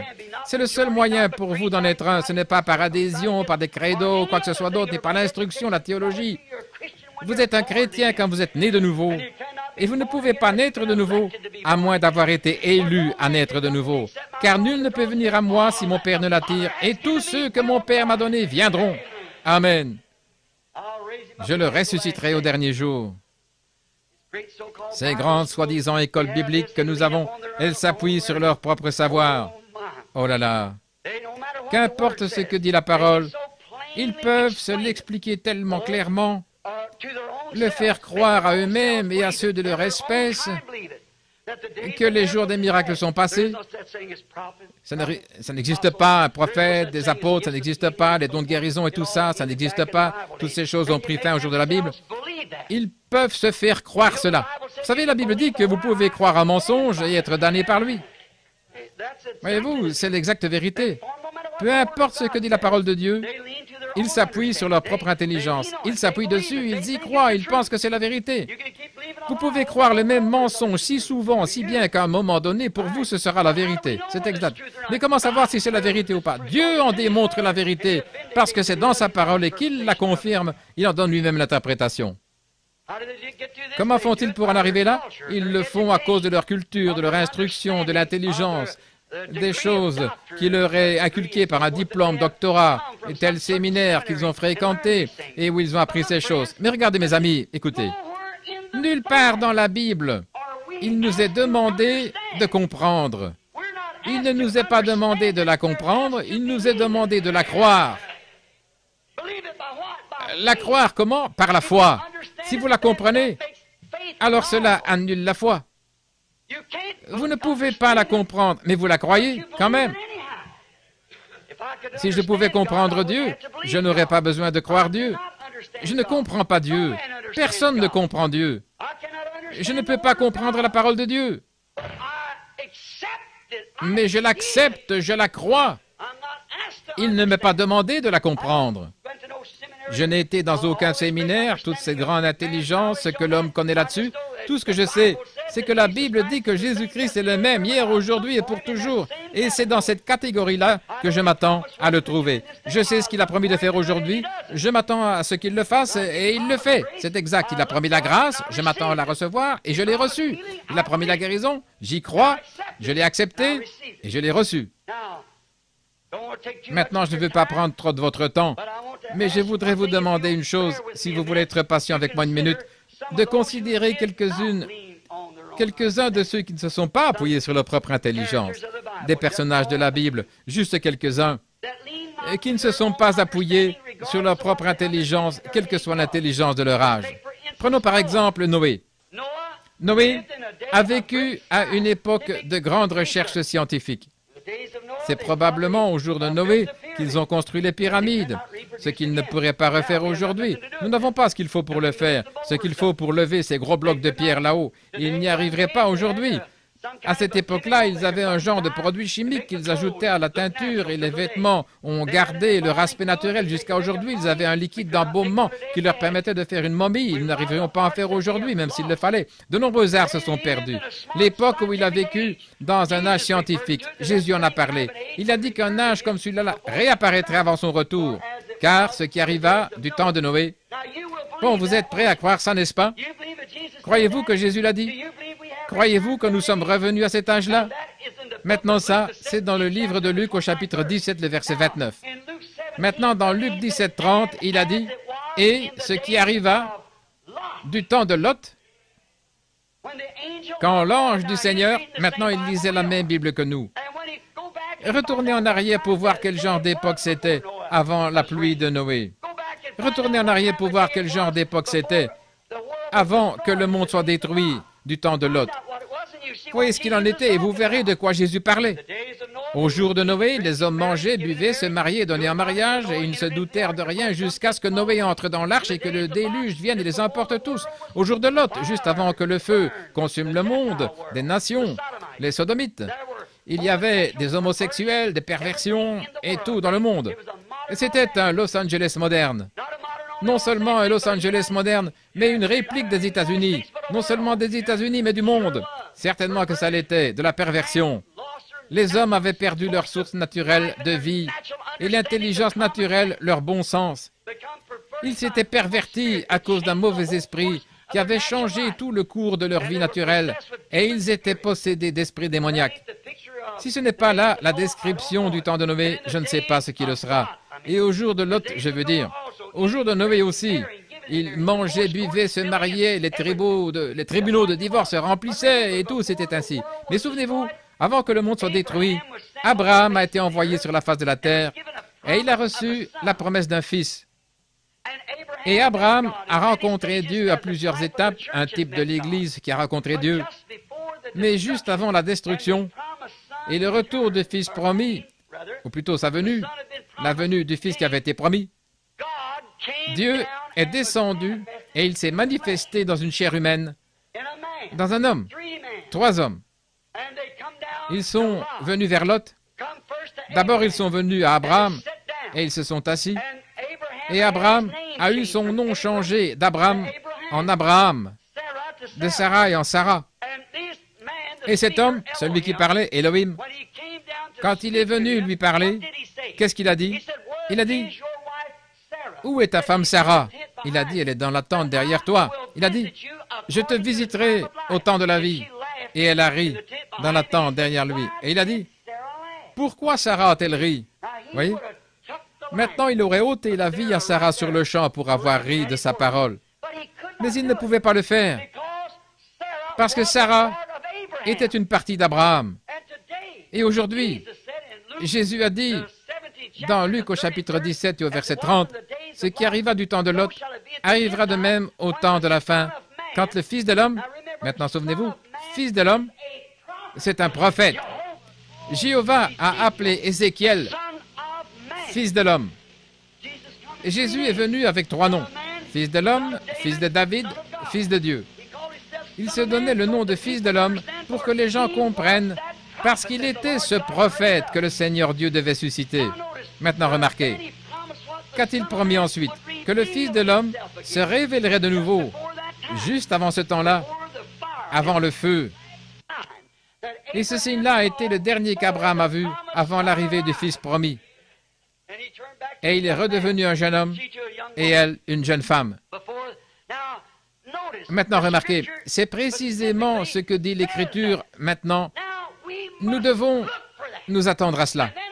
Et alors, si nous voyons le monde dans la perversion, et les choses qu'on y trouve aujourd'hui et la façon dont ça se passe, alors comment pouvons-nous dire que cette partie-là est vraie et ne pas dire que l'autre aussi est vraie?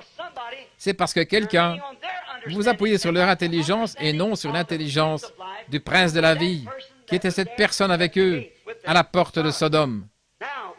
Maintenant, nous remarquons, nous ne nous appuyons pas sur notre propre intelligence. Noé ne s'est pas appuyé sur son intelligence. C'était un grand âge de science, mais il ne s'est pas appuyé sur l'intelligence de son époque.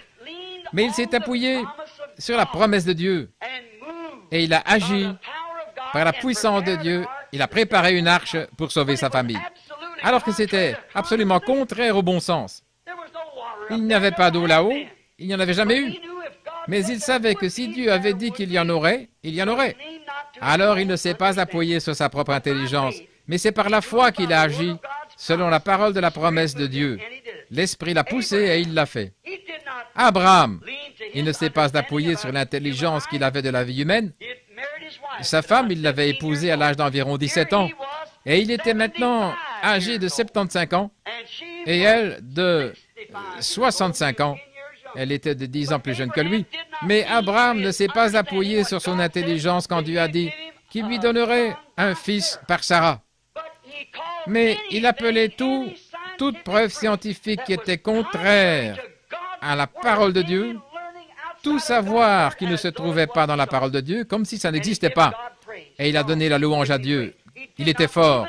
Il lui donnait la louange. Il n'a même pas considéré, regardé à son propre corps, ni à l'état du corps de Sarah, et son corps non plus. Il n'a rien considéré, mais il s'est appuyé sur la promesse de Dieu. Il ne s'est pas appuyé sur sa propre intelligence. Il ne s'est pas appuyé sur des raisonnements. Vous dites, frère Branham, il est raisonnable que Dieu ne guérisse pas les malades, on a tellement de bons médecins. La Bible dit, nous renversons les raisonnements. Nous ne raisonnons pas. La foi ne raisonne pas, la foi croit et accepte. Remarquez. Mais il a cru au lieu d'être incrédule, et il a appelé les choses qui n'étaient point comme si elles étaient, ce qui était contraire à tout raisonnement. Mais il n'a pas raisonné, il a cru simplement. Aucun raisonnement n'aurait pu démontrer la possibilité que ce bébé naisse. Cette femme-là avait passé l'âge de la ménopause depuis 20 ans, et son corps à lui était pour ainsi dire mort. Et à l'âge de 100 ans, 25 ans plus tard, il donnait encore la louange à Dieu, ce qui était contraire à toute intelligence. Mais par la foi, il savait que Dieu tiendrait sa parole. Il ne s'est pas appuyé sur sa propre intelligence.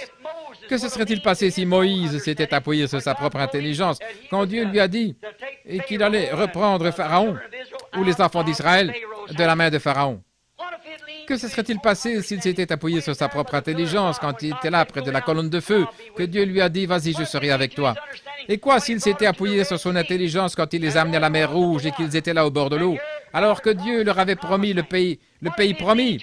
Et s'il s'était appuyé sur sa propre intelligence, comment vais-je faire pour traverser? Nous n'avons pas le temps de construire un pont. Il y a l'armée qui arrive derrière nous. Il y a les montagnes de chaque côté. Il y a l'eau devant nous. La mer Rouge. Bon, s'il s'était appuyé sur sa propre intelligence, il serait parti, les mains en l'air, en courant. Il se serait jeté aux pieds de Pharaon en disant « Pardonne-moi, Pharaon, j'ai mal agi. » Seulement, il ne s'est pas appuyé sur sa propre intelligence. Mais il a prié, et Dieu lui a dit d'avancer, et la mer s'est ouverte, ce qui était contraire à tout raisonnement. Mais il ne s'est pas appuyé sur sa propre intelligence. Que se serait-il passé si Josué, quand il est allé là avec les autres, les 10 dénominations, qu'il s'est rendu là-bas et qu'il a vu ce pays promis de Dieu, s'il était revenu avec eux en disant « Bon, c'est vrai, nous sommes comme des sauterelles à leurs yeux. Ce sont des géants. Comment pourrons-nous les prendre? Nous n'avons même pas d'épée, seulement ce que nous avons pu trouver. Comment pourrons-nous jamais nous emparer de ce pays? Voyons, c'est totalement impossible. Ils sont 50 fois plus nombreux que nous. Ce sont des soldats entraînés et nous ne sommes qu'une bande de bergers et de travailleurs dans la boue d'Égypte. Nous n'avons même pas de bouclier ni rien. Comment pourrons-nous nous en emparer? Voyons, l'intelligence aurait certainement démontré qu'il ne pouvait pas y arriver. N'importe quel militaire, comme lui ou Moïse, n'aurait pas pu s'appuyer sur sa propre intelligence. Seulement leur intelligence, ils ne se sont pas appuyés dessus, mais ils savaient que Dieu avait dit « Je vous ai donné ce pays, allez vous en emparer ». Ne vous appuyez pas sur votre propre intelligence. Si vous vous appuyez sur votre propre intelligence aujourd'hui quand vous êtes malade, peut-être que vous êtes dans un fauteuil roulant, mourant du cancer, vous souffrez du cœur, que le médecin dit que vous allez mourir. Si vous vous appuyez sur votre intelligence, vous mourrez. Mais vous ne vous appuyez pas sur cette intelligence-là, certainement pas. Et que dire des murailles de Jéricho, dont on dit qu'ils pouvaient faire une course de chars sur ces grandes murailles? Dieu a dit, allez là-bas et faites-en le tour tant de fois et sonnez de la trompette et tous ensemble poussez un grand cri et la muraille s'écroulera. Eh bien, ça, c'était absolument, ce serait stupide pour la pensée charnelle. Mais Josué, il connaissait l'épaisseur de ces murailles-là, parce qu'il en avait construit beaucoup de murailles en Égypte. Il savait combien il y avait de ciment. Il en connaissait la solidité, on y faisait des courses de chars, il avait même des maisons construites dessus. Mais il ne s'est pas appuyé sur sa propre intelligence. Il a cru que ce que Dieu avait dit était la vérité. Il a obéi à sa parole, et les murailles se sont écroulées. Il ne s'est pas appuyé sur sa propre intelligence. Et que se serait-il passé si pendant qu'il livrait bataille, et comme je le prêchais dimanche, et que le soleil allait se coucher avec l'ennemi qui avait été mis en déroute cette nuit-là, il se serait rassemblé, il serait revenu avec d'autres, il aurait tué beaucoup de ses hommes. Alors que se serait-il passé s'il avait dit « J'ai besoin de la lumière du jour, il me faut encore la lumière du soleil ». Bon, un instant, Dieu a établi cet ordre-là, le soleil, la terre tourne. Maintenant, si je disais au soleil de s'arrêter, peut-être que si la terre s'arrêtait maintenant, elle perdrait sa force de gravitation, je tomberais. Mais il n'a pas écouté son intelligence, tout ce qu'il a dit, c'est « Soleil, arrête-toi! Et toi, lune, reste où tu es! » Et ils lui ont obéi. Il ne s'est pas appuyé sur sa propre intelligence, mais il s'est appuyé sur la promesse de Dieu. « Je t'ai donné ce pays, va t'en emparer. » Il vous a donné la promesse du Saint-Esprit. Vous pouvez l'avoir pendant cette convention, vous pouvez l'avoir maintenant. Ne vous appuyez pas sur « Tu sais, je suis fatigué, j'ai trop mangé pour souper, je n'aimerais pas que j'en me voie. Oh, miséricorde !» Vous vous appuyez sur votre propre intelligence. La promesse est pour vous et pour les enfants de vos enfants, pour ceux qui sont au loin, en aussi grand nombre que le Seigneur notre Dieu les appellera. Le médecin m'a dit que j'allais mourir, il m'a examiné, il a dit que j'avais ce cancer, que j'avais ceci, je suis condamné. Ne t'appuie pas sur cette intelligence-là. Dieu est le Seigneur ton Dieu qui guérit toutes tes maladies. Alors ne t'appuie pas sur cette intelligence-là, sur l'intelligence d'un homme. Appuie-toi sur l'intelligence de Dieu. Que dire de Samson, là, dans les champs, quand les Philistins, 1000 hommes se sont jetés sur lui. Et il était là, un petit gars, pas plus haut que ça. Il ne s'y connaissait pas dans le maniement de l'épée, parce qu'il ne savait pas, il n'avait pas de formation militaire. Il avait l'air d'un petit efféminé, avec cette tresse qui pendait. Le fils à maman, qui se tenait là, et voici 1000 Philistins qui arrivent. Eh bien, il n'avait rien à la main, il a regardé par terre, il a trouvé une mâchoire de mule blanchie et il l'a ramassée. Et maintenant, il dit, voyons, je ne ferai pas grand-chose avec ça, parce que les casques qu'ils ont, ces Philistins, tous ces soldats, ils ont tous des lances, ils ont tous des cuirasses, et leurs casques pèsent 7 ou 8 kilos. Ce sont de grands gaillards déterminés. Si jamais je frappais un de ces casques-là avec cette mâchoire fragile, elle se casserait en morceaux.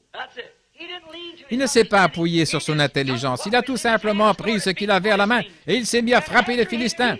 Et après en avoir abattu 1000, il avait encore la mâchoire à la main. Amen. Ce que la théologie des hommes en dit, ça m'est égal, ne vous appuyez pas là-dessus. Appuyez-vous sur la parole de Dieu. Jésus-Christ est le même hier, aujourd'hui et pour toujours. Certainement, il le croyait. Que se serait-il passé si David avait écouté la théologie de Saül? Goliath était là-bas qui se glorifiait et tout le monde avait peur. Saül, qui dépassait d'une tête toute l'armée. Goliath disait que quelqu'un vienne donc se battre contre moi. Il n'est pas utile que nous mourions tous. Si je vous tue, alors vous nous servirez. Et si vous me tuez, eh bien, c'est nous qui vous servirons. C'est parce qu'il tenait là le haut du pavé. C'est comme ça que le diable aime faire quand il a tout son séminaire avec lui, qu'ils sont tous là quand il se présente, voyez-vous. Ce brave petit David, il se promenait là avec un morceau de peau de mouton sur le dos, le teint rosé, les épaules tombantes. Un petit gars de 50-55 kilos, il a dit, n'allez pas me dire que l'armée du Dieu vivant, qui est liée à une alliance par circoncision, va rester là et laisser ce Philistin incirconcis défier l'armée du Dieu vivant. Saül a dit, viens ici mon garçon. J'admire ton courage, mais les jours des miracles sont passés. On n'a rien de tout ça, tu vois. Et je vais te dire quelque chose. Quelle carte de membre as-tu à me montrer? Tu n'as même pas d'armure, tu n'as rien d'autre qu'une fronde à la main, tu vois.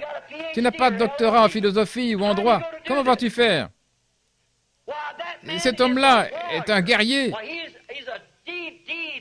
Il a un double doctorat en théologie, en droit, en philosophie et quoi encore. Il a tellement de diplômes qu'il pourrait en tapisser un mur. Et toi, qui es-tu? Un berger? Il a dit, mais je voudrais te dire quelque chose. Il a dit, sais-tu quoi? Je faisais paître les brebis de mon père. Et un lion est venu en enlever une et il est parti avec. Et j'ai pris cette petite fronde et j'ai couru après, je l'ai mis à terre. J'ai arraché l'agneau de sa gueule et alors il s'est dressé contre moi et j'ai simplement pris mon couteau et je l'ai tué. Je suis reparti et là un ours est venu enlever cette brebis. Il l'a prise, il est parti avec, je l'ai tué aussi.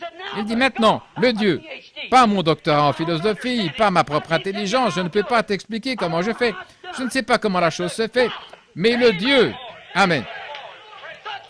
Le Dieu qui m'a délivré de la patte de l'ours et du lion, combien plus il me délivrera de la main de ce Philistin incirconcis. Un évêque, Saül, a dit, « Tu sais, je crois que tu as un appel, mon garçon. Je vais te dire, si tu viens ici, je vais te montrer comment te battre en duel, tu vois. Je vais te dire, je suis docteur, alors mets donc mon armure. Je vais te revêtir. » David s'est tenu là et ils lui ont donné un doctorat en philosophie ou en théologie. Et le pauvre petit ne pouvait même plus bouger.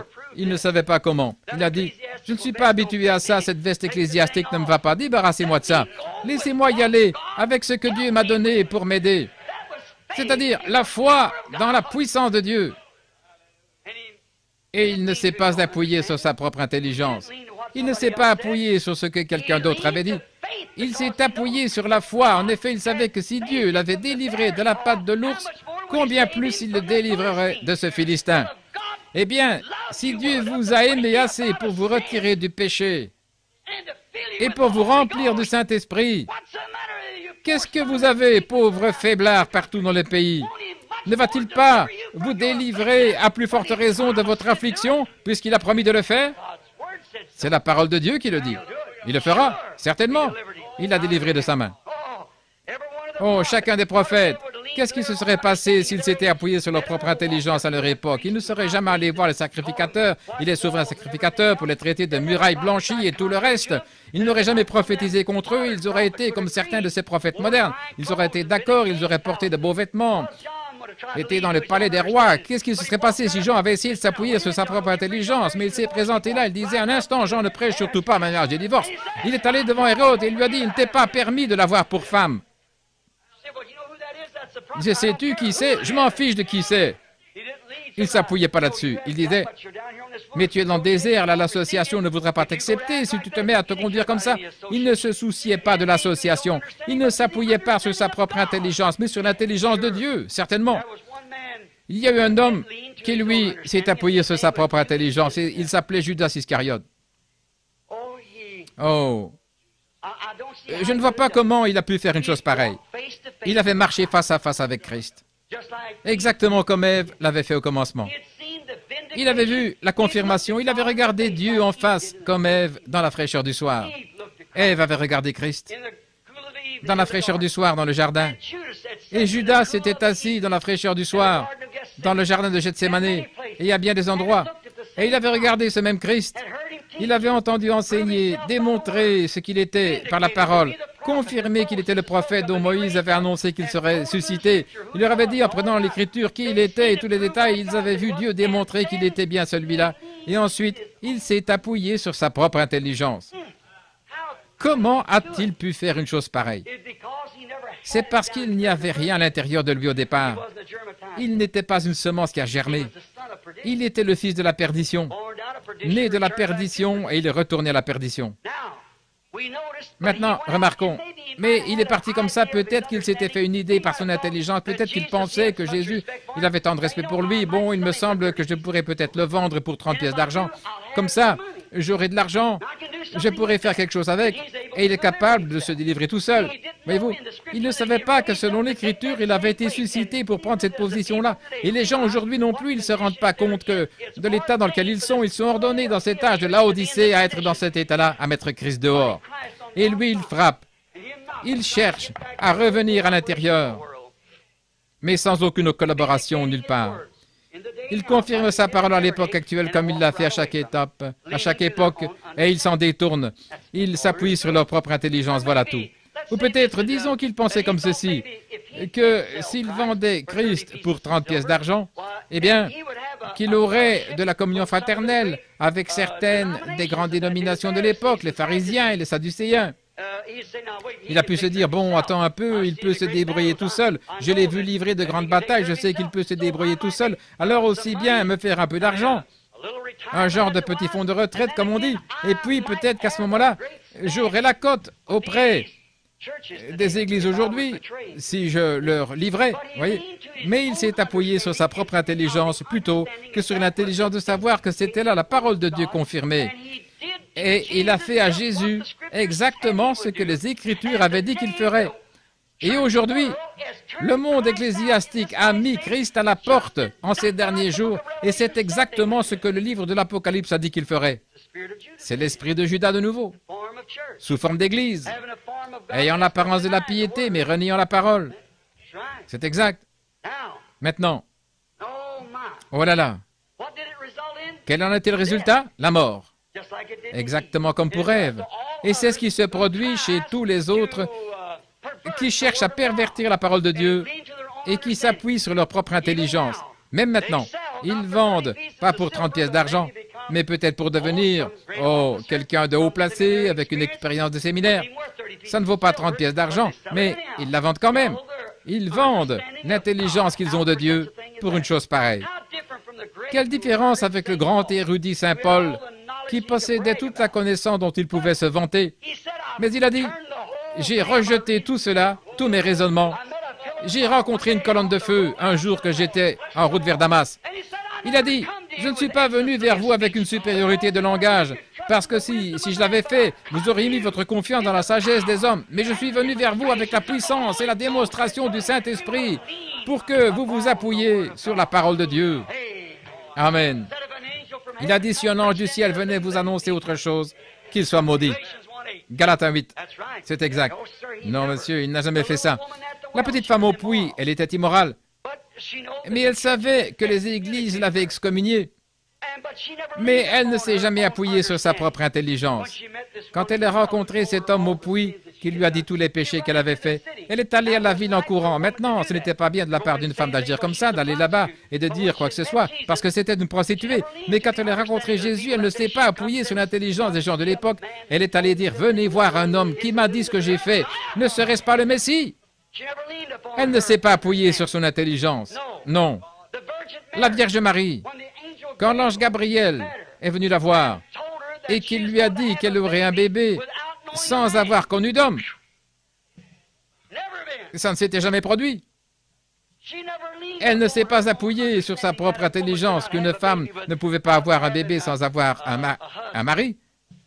Elle ne s'est pas appuyée là-dessus, mais elle a dit, « Voici la servante du Seigneur, qu'il me soit fait selon ta parole. » Elle n'a pas dit, « Comment vais-je faire cela? Comment vais-je faire? Comment est-ce que ça va se passer? » L'ange a dit, « Le Saint-Esprit te couvrira de son ombre, et la sainte chose qui naîtra de toi sera appelée le Fils de Dieu. » Elle a dit, « Voici la servante du Seigneur. » Elle ne s'est pas fiée à ses raisonnements, que c'est une chose impossible. Elle a dit, « Voici la servante du Seigneur. » C'est exact.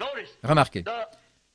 La femme qui avait la perte de sang, le médecin lui avait dit, « Il n'y a pas d'espoir. » Elle avait dépensé tout son argent chez les médecins et aucun n'avait pu l'aider.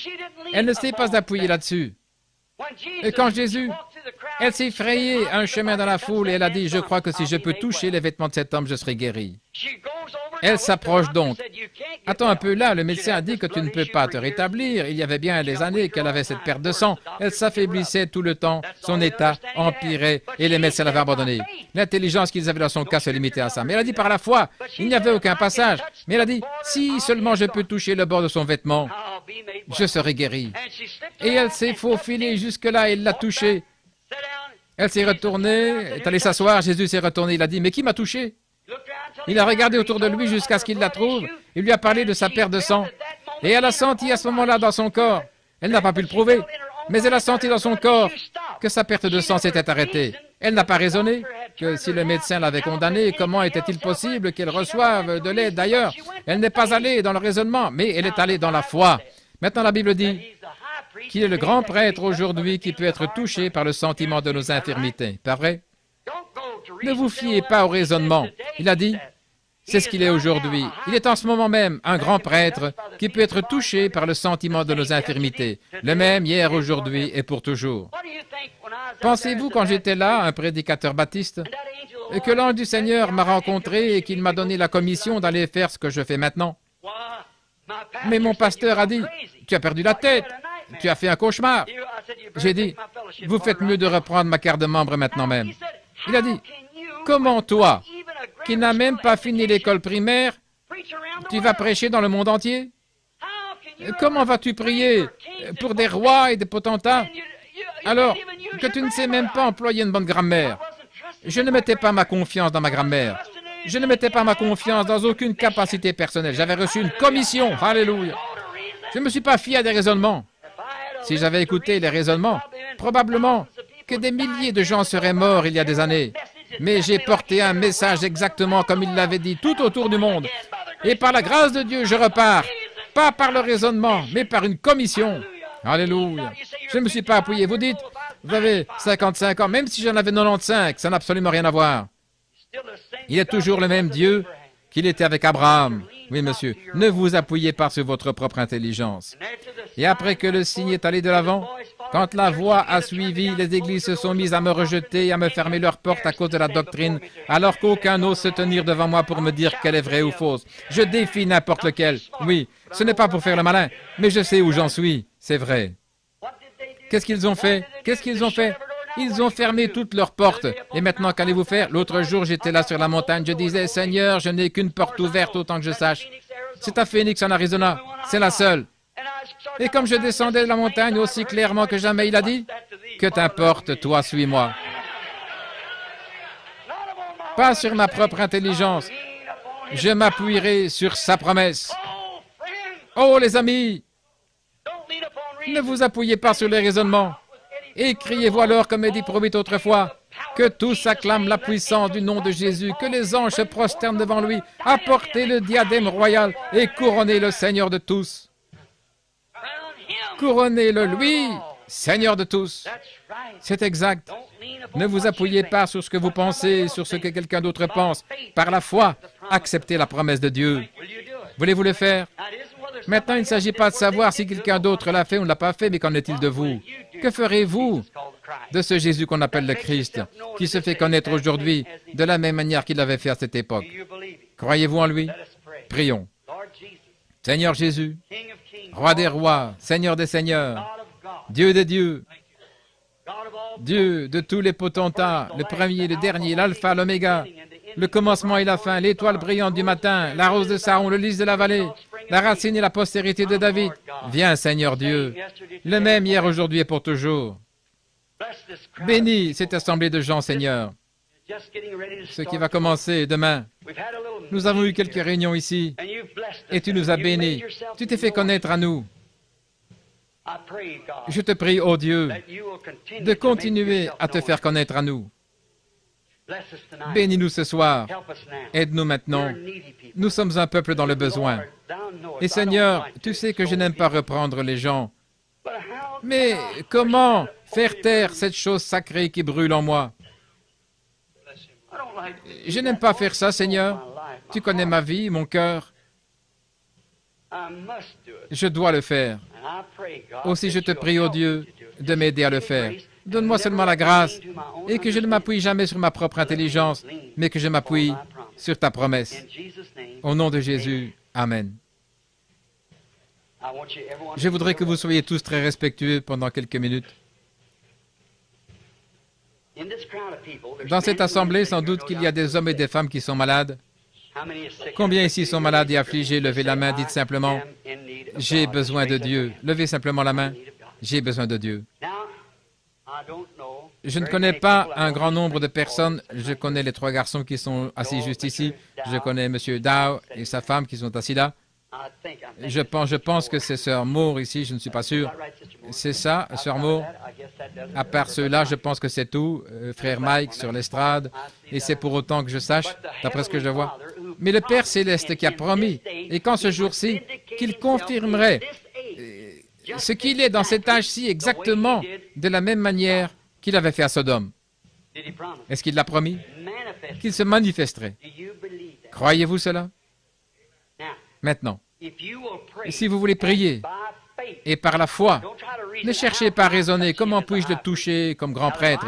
Maintenant, la Bible dit, dans le Nouveau Testament, il est le souverain sacrificateur, maintenant même. Il reste en place comme grand prêtre selon l'ordre de Melchisédek. Il est le grand prêtre pour toujours. Il n'y a pas d'autre grand prêtre que lui. Aucun autre médiateur entre Dieu et les hommes sinon l'homme, Christ. C'est vrai. Il est le seul. Et il est le même, hier, aujourd'hui et pour toujours. S'il est encore le même souverain sacrificateur et que la Bible dit que nous pouvons le toucher par le sentiment de nos infirmités, alors comme cette petite femme qui avait touché son vêtement, votre foi peut le toucher ce soir et il agira de la même manière dans une chair humaine, comme il avait agi quand il était dans une chair humaine au chêne d'Abraham. Croyez-vous cela? Il a promis de le faire. Maintenant, priez simplement, tous ceux qui ont un besoin. C'est comme je le disais, un don, ce n'est pas quelque chose comme de prendre un couteau. Si vous voulez vous en servir pour couper ceci, vous pouvez le couper, couper ceci, ou ce que vous voulez faire. Ce n'est pas ça un don de Dieu, voyez. Non. Un don de Dieu, c'est un moyen que vous avez de vous enlever du chemin. Et les dons et les appels sont de la prédestination de Dieu. Les dons et les appels sont même sans repentance. Vous êtes né avec cela. C'est un petit levier pour vous faire passer d'une vitesse à l'autre, mais vous ne pouvez pas appuyer sur l'accélérateur. Voyez-vous, c'est Dieu qui doit le manœuvrer. Vous devez vous enlever du chemin. Votre foi, à vous, peut le manœuvrer, pas la mienne. La vôtre. La mienne, c'est de s'enlever du chemin, c'est tout. Croyez de tout votre cœur que Jésus-Christ vit aujourd'hui. Ne vous appuyez pas sur votre propre intelligence. Vous dites, eh bien, regardez, mon état est très grave, frère, vous ne connaissez pas, je suis dans un fauteuil roulant. Ce que vous avez été pour moi, ça ne compte pas, voyez. Si Dieu ne va pas descendre et faire exactement ce qu'il a fait quand il était ici sur la terre dans un corps physique, il le fera dans votre corps, dans mon corps, tous ensemble, comme une unité qui croit en lui. Il le fera parce qu'il a promis de le faire. Maintenant, ne vous appuyez pas sur ce que quelqu'un a dit. Oh, c'est de la télépathie. C'est comme ça qu'ils l'appellent. Ils ont dit la même chose de Jésus. Un diseur de bonne aventure, un démon. Mais il était le Fils de Dieu parce qu'il correspondait à la parole promise de Dieu. Maintenant, comme je le disais, les salles qu'on a, on n'est pas obligé d'avoir ça pour venir imposer les mains aux gens. Mais nous leur avons imposé les mains hier soir. Mais la seule chose que vous devez avoir, c'est la foi. Et ensuite reconnaître. Par la foi, vous l'acceptez. Par la foi. Non, par quoi que ce soit. Ne dites pas, eh bien, comment cela se peut-il? Si je pouvais vous dire comment cela se fait, alors ce ne serait plus la foi. Je ne sais pas comment cela se fait. Et je ne sais pas, mais je le crois. Et je ne sais pas comment Dieu sauve un pécheur, mais il le fait. Je ne sais pas comment Dieu fait toutes ces choses, mais je l'accepte. Il le fait. Et c'est comme ça. Je ne peux pas l'expliquer. Ça ne s'expliquera jamais. Personne ne peut l'expliquer. Parce que si vous l'expliquez, à ce moment-là, ce n'est plus la foi. Je ne comprends pas que Dieu et Christ puissent être une seule et même personne, mais il l'était. L'Écriture le dit. Eh bien, vous ne pouvez pas l'expliquer, mais il l'était. Mon Père est en moi. Ce n'est pas moi qui fais les œuvres, c'est mon Père qui est en moi. Si je ne fais pas ses œuvres, alors cela montre que je ne suis pas de lui. Mais si je fais ses œuvres, alors c'est lui-même qui rend témoignage que je suis de lui. Eh bien, c'est la même chose maintenant, exactement. Il est le même hier, aujourd'hui et pour toujours, si vous voulez croire.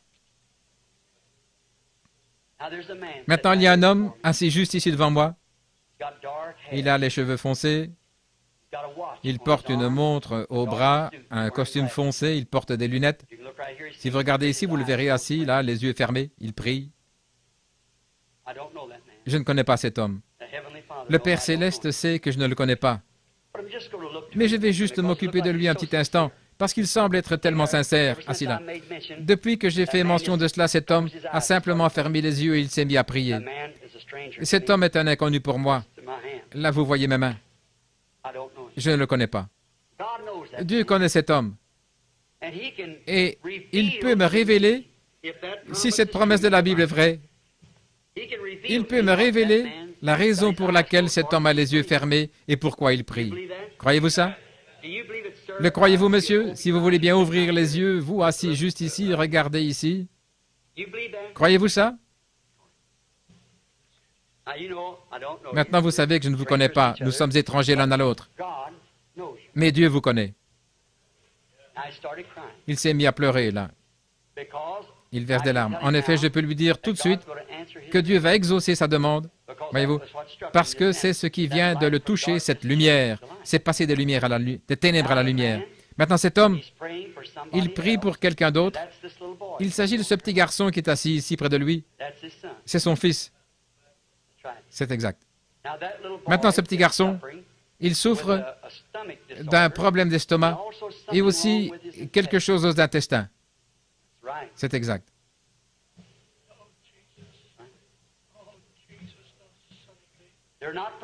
Vous n'êtes pas d'ici, vous n'êtes pas de l'Arizona, vous êtes de la Californie. C'est exact. Et vous êtes un ministre. Et vous êtes en communion avec les assemblées de Dieu. C'est vrai. Révérend McGay ou Révérend Kay, c'est exact. Est-ce vrai? Faites signe des mains comme ceci. Maintenant, votre petit garçon ira bien. Votre foi. Maintenant, bon, cet homme est là, les mains levées, il ne me connaît pas, je ne le connais pas. Mais qu'était-ce?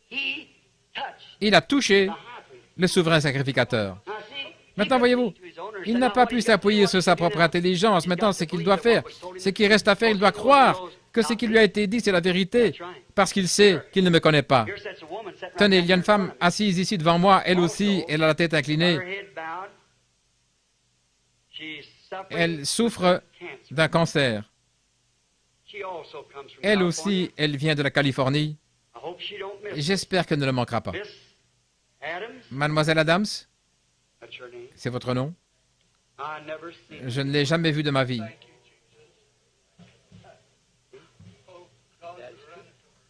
Oui, c'est vrai.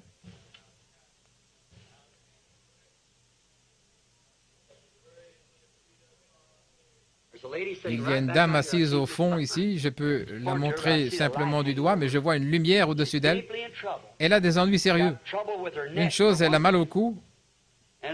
Autre chose, elle a des problèmes spirituels. Elle s'inquiète. Ça fait du souci pour ça. Et elle a un problème familial. Sa fille s'est enfouie dernièrement. C'est exact. C'est vrai, n'est-ce pas? Elle a la main levée. Madame Miller, c'est exact. Croyez-vous? Dieu vous la renverra. Il guérira votre corps. Maintenant, je ne l'ai jamais vue de ma vie. Elle m'est totalement inconnue.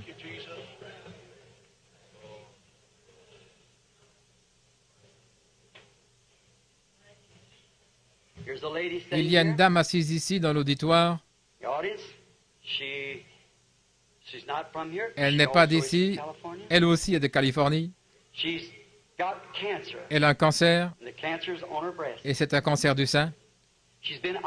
Elle a été opérée à un sein et le cancer s'est propagé à l'autre. C'est exact. Madame Callin, c'est exact. Croyez-vous que Dieu va vous guérir? Vous le croyez. Je suis un inconnu pour vous, madame. Je ne vous connais pas, c'est vrai, voyez. C'est le cancer. Ceci afin que vous sachiez que Dieu est présent. Il y a une dame assise juste à côté d'elle. Son nom est Madame Harris. Elle m'est totalement inconnue. Mais quand l'Esprit a touché cette femme-ci, elle aussi, elle avait de la compassion pour elle. Et elle vient de Californie, c'est exact. Et elle a mal à l'épaule, c'est exact. Croyez-vous que Dieu vous guérira? Si c'est vrai, levez la main pour que les gens voient. Elle m'est totalement inconnue. Ne vous appuyez pas sur votre propre intelligence. Qu'est-ce qui peut faire cela? Ça ne s'explique pas. C'est un paradoxe. Ça dépasse l'explication. Demandez à ces gens. Je ne les ai jamais vus de ma vie. Je ne savais absolument rien d'eux. Ça pourrait continuer comme ça dans toute l'Assemblée. Mais maintenant, regardez, ne vous appuyez pas sur votre propre intelligence, mais appuyez sur ce qu'il a promis qu'il ferait. N'est-ce pas là le même esprit qui habitait dans une chair humaine, qui savait que Sarah avait ri dans la tente derrière cet homme, pas vrai? Et il a promis, juste avant que le monde soit détruit par le feu, qu'alors le Fils de l'homme se révélerait de nouveau de la même manière que le Fils de l'homme prophétique se révélerait dans une chair humaine, comme il est ici avec nous ce soir, comme il l'avait fait alors. Donc, à quelle heure vivons-nous? Tout près de la destruction. Mon ami, ne restez pas un pécheur plus longtemps. Acceptez Jésus-Christ pendant que vous êtes dans sa présence. Bon, je sais que ce qui se fait d'habitude par les prédicateurs, ils vont supplier, raconter des histoires, parler de maman qui est morte et qui est de l'autre côté. C'est bien, mais nous ne venons pas sur la base de notre mère qui est morte. Ma mère est aussi morte, même chose pour mon père.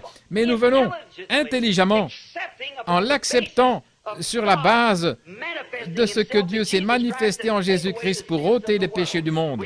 Nous venons et nous croyons dans l'expiation.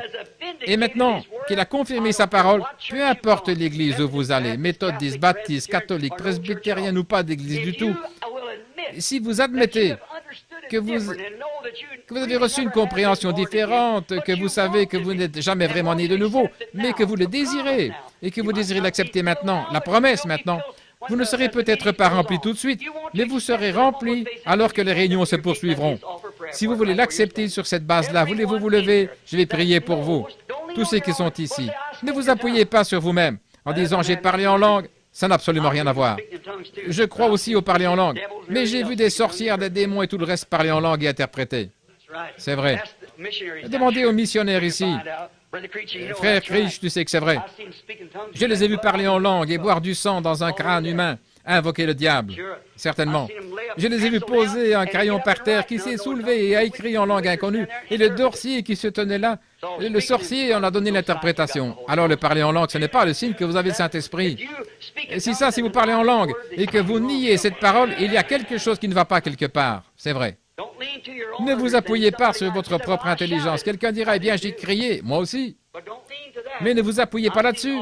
J'ai vu toutes sortes de puissances démoniaques crier et hurler. J'ai vu des musulmans pousser des cris et hurler au point de se transpercer les mains. En Inde, je les ai vus crier, sauter en l'air, prendre des boules remplies d'eau et les accrocher dans leur peau et marcher sur des charbons brûlants. C'est vrai. Alors qu'ils renient Jésus-Christ. Voyez-vous, ne vous appuyez pas sur votre propre intelligence, mais sur la parole de Dieu. Si votre vie n'est pas à la hauteur de cette Bible pour croire chaque parole qui s'y trouve, mais que vous voulez croire et que Dieu fasse sa volonté en vous, vous pouvez être une partie de Dieu. Voulez-vous vous lever et dire, je vais l'accepter maintenant même? Merci. Que Dieu vous bénisse. Que Dieu vous bénisse. Que Dieu vous bénisse. Merveilleux. Que Dieu vous l'accorde. Vous dites, je suis membre d'église, frère Branham, je suis pentecôtiste, mais vraiment, pour ce qui est de dire, vraiment, que je peux croire que toute la parole est la vérité, je ne peux tout simplement pas le faire, mais je veux le faire. Aidez-moi, priez pour moi. Je vais me lever. Vous dites, écoutez, je suis assis ici où j'ai témoigné à cette église que j'en étais là, mais vous le savez au fond de votre cœur que vous n'en êtes pas là. Dieu aussi, il sait que vous n'en êtes pas là, voyez-vous. Alors pourquoi ne pas vous lever? Ne vous appuyez pas sur votre propre intelligence. Voulez-vous aussi vous lever d'autres personnes? Que Dieu vous bénisse, que Dieu vous bénisse. Oh Dieu, aide-moi, que Dieu vous bénisse. C'est bien.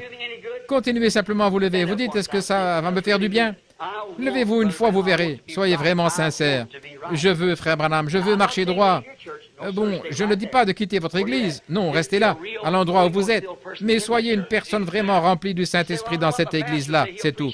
Vous dites, eh bien, je ne sais pas ce que mon pasteur en dira. Il vous appréciera s'il est un homme de Dieu, c'est exact. Que votre lumière luise devant les hommes, qu'ils voient vos bonnes œuvres et qu'ils glorifient leur Père. Que Dieu vous bénisse tous.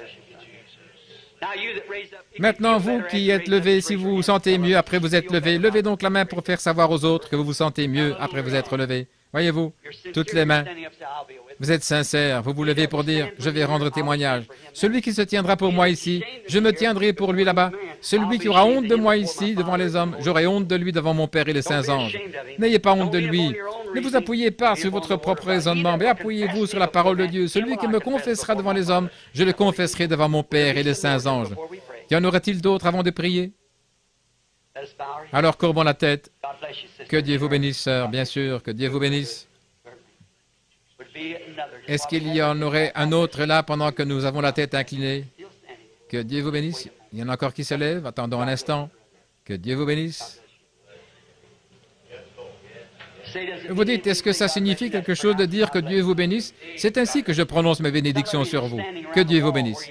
Certains d'entre vous qui êtes debout le long du mur, vous n'avez pas de place pour vous asseoir. Voulez-vous simplement lever la main pour dire, moi, ô Dieu, c'est de moi qu'il est question. Que Dieu vous bénisse, frère. Que Dieu vous bénisse. Et vous, et vous, et vous, mon frère, et vous, ma sœur.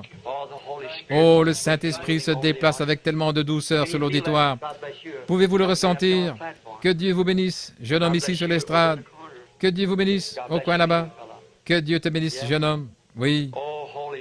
Oh, Saint-Esprit, agis fraîchement dans nos cœurs maintenant. Montre-nous nos fautes, Seigneur. Nous ne nous appuierons pas sur notre propre intelligence, mais nous appuyons sur toi parce que nous savons que nous tenons à ta promesse divine confirmée d'aujourd'hui.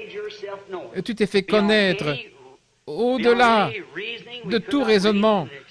Nous ne pouvons pas raisonner ni l'expliquer, mais tu es ici au milieu de nous maintenant, et tu nous as montré que tu es ici. Et des hommes et des femmes le croient et l'acceptent. Ô Dieu, prends chacun d'eux dans ton sein. Cache-les dans le rocher des âges jusqu'à ce que les feux soient passés. Nous allons bientôt être brûlés, Seigneur, nous le savons. Nous en sommes revenus à Sodome. Mais le juste ne périra pas avec le coupable. Tu appelleras tes enfants, Seigneur. Tu as dit à Lot, sors de là. Sors. Je prie, ô Dieu, que chaque personne qui est dans cet état-là ce soir, qui est là-bas, sans être sûr où ils se tiennent, ô Dieu, ils ne prendraient pas le risque de descendre une rue à contresens. Ils ne prendraient pas le risque de griller un feu rouge s'ils ont toute leur tête, parce qu'ils pourraient se faire tuer. Alors comment des gens peuvent-ils prendre des risques quand il s'agit de leur destination éternelle, se contenter de supposer, de présumer, de s'aventurer sans autorité pour la raison qu'ils sont membres d'une église ou d'une dénomination, et vraiment ils ne peuvent pas comprendre que la parole de Dieu puisse être aujourd'hui telle qu'elle était à cette époque-là, que ses promesses puissent être manifestées. L'âge apostolique, c'est du passé. Aide-les, Père. Je te les confie au nom de Jésus-Christ. Amen. Merci, mon frère, ma sœur. Je suis si heureux de vous appeler mon frère, ma sœur. Souvenez-vous, Dieu me fera répondre de chaque parole au jour du jugement. Tout ce que j'ai prêché ce soir, j'aurai à en répondre. Je suis conscient de ça. Qu'est-ce que j'ai fait depuis petit garçon? Sinon prêcher cet évangile, et ensuite je serai rejeté. Maintenant, combien d'entre vous sont malades et affligés si ce soir? Voulez-vous qu'on prie pour vous? Levez la main. Maintenant, voulez-vous faire quelque chose? Posez vos mains les uns sur les autres. Imposez-vous les mains les uns aux autres. Que tout le monde courbe la tête maintenant, exactement comme si vous étiez à l'église, ici sur l'estrade. Cher Dieu, au nom de Jésus-Christ, et dans sa présence, une présence qui a été confirmée, la parole même qui a été prêchée a été confirmée, que tu es le même hier, aujourd'hui et pour toujours. Que le Saint-Esprit de Dieu envahisse cette assemblée de gens maintenant. Beaucoup d'entre eux sont venus t'accepter comme leur sauveur. Beaucoup de rétrogrades t'ont accepté et sont revenus. Oh Dieu, je te prie, au nom de Jésus-Christ, de guérir chaque personne. Tu as dit, voici les signes qui accompagneront ceux qui auront cru. S'ils imposent les mains aux malades, ils seront guéris. Tu l'as promis, Seigneur. Et les enfants qui croient ont posé leurs mains les uns sur les autres. Satan, tu es vaincu. Sors de ces gens, au nom de Jésus-Christ. Laisse aller ces gens à cause du royaume de Dieu, au nom de Jésus. Amen. Tous ceux qui croient que Jésus-Christ est votre guérisseur maintenant, aussi bien que votre sauveur, et qui voulez l'accepter sur la même base, levez-vous et dites, j'accepte maintenant Jésus comme mon guérisseur, comme mon sauveur. Merveilleux. Gloire au Seigneur. Merci Seigneur. Maintenant levons les mains et chantons pour lui.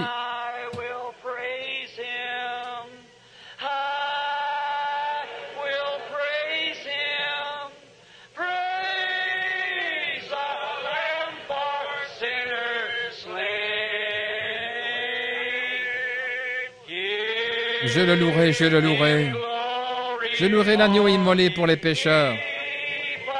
Donnez-lui gloire, vous tous les peuples, car son sang a effacé toutes les taches. Oh, vous vous sentez bien, n'est-ce pas? Chantons-le encore.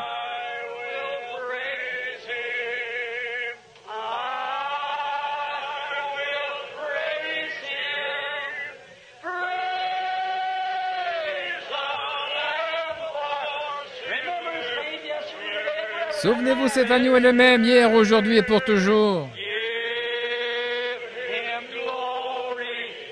Donnez-lui gloire, vous tous les peuples, car son sang a effacé toutes les taches. Vous aimez ça? Amen. Étendons le bras pour serrer la main à quelqu'un. Nous brisons la glace pour les réunions là. C'est commencé pour la convention. Dites que Dieu te bénisse, frère pèlerin. C'est formidable. Merveilleux. Maintenant, croyez-vous que nous allons avoir une grande convention après ceci? Nous remercions Dieu pour de grandes réunions. Et maintenant, nous allons avoir une grande convention. Que tous ceux qui le croient disent Amen. Ma foi regarde à toi. Toi, agneau du calvaire, regardons à lui maintenant. Sauveur divin.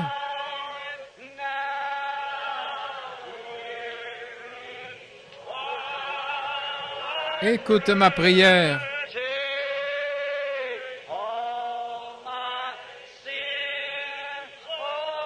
Efface mon péché.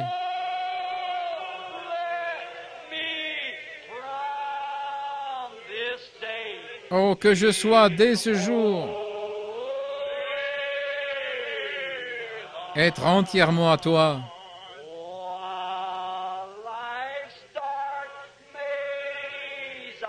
Alors que je marche dans le sombre labyrinthe de la vie,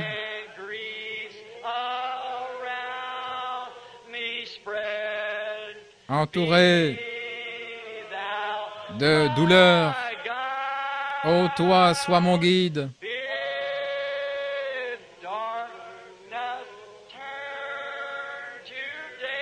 Que la nuit se transforme en jour.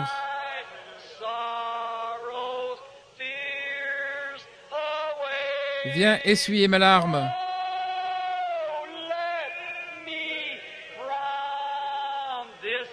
Que je sois dès aujourd'hui entièrement à toi.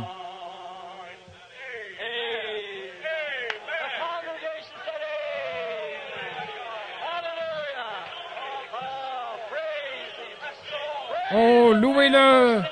Louez l'agneau immolé pour les pécheurs. Donnez-lui gloire, vous tous les peuples. Car son sang a effacé toutes les taches. Comme c'est merveilleux. Très bien. Courbons la tête maintenant pour la bénédiction. Je ne sais pas qui a été choisi pour ça, frère Johnny Maladal de Californie. Pendant que nous avons la tête inclinée maintenant, n'oubliez pas, demain soir,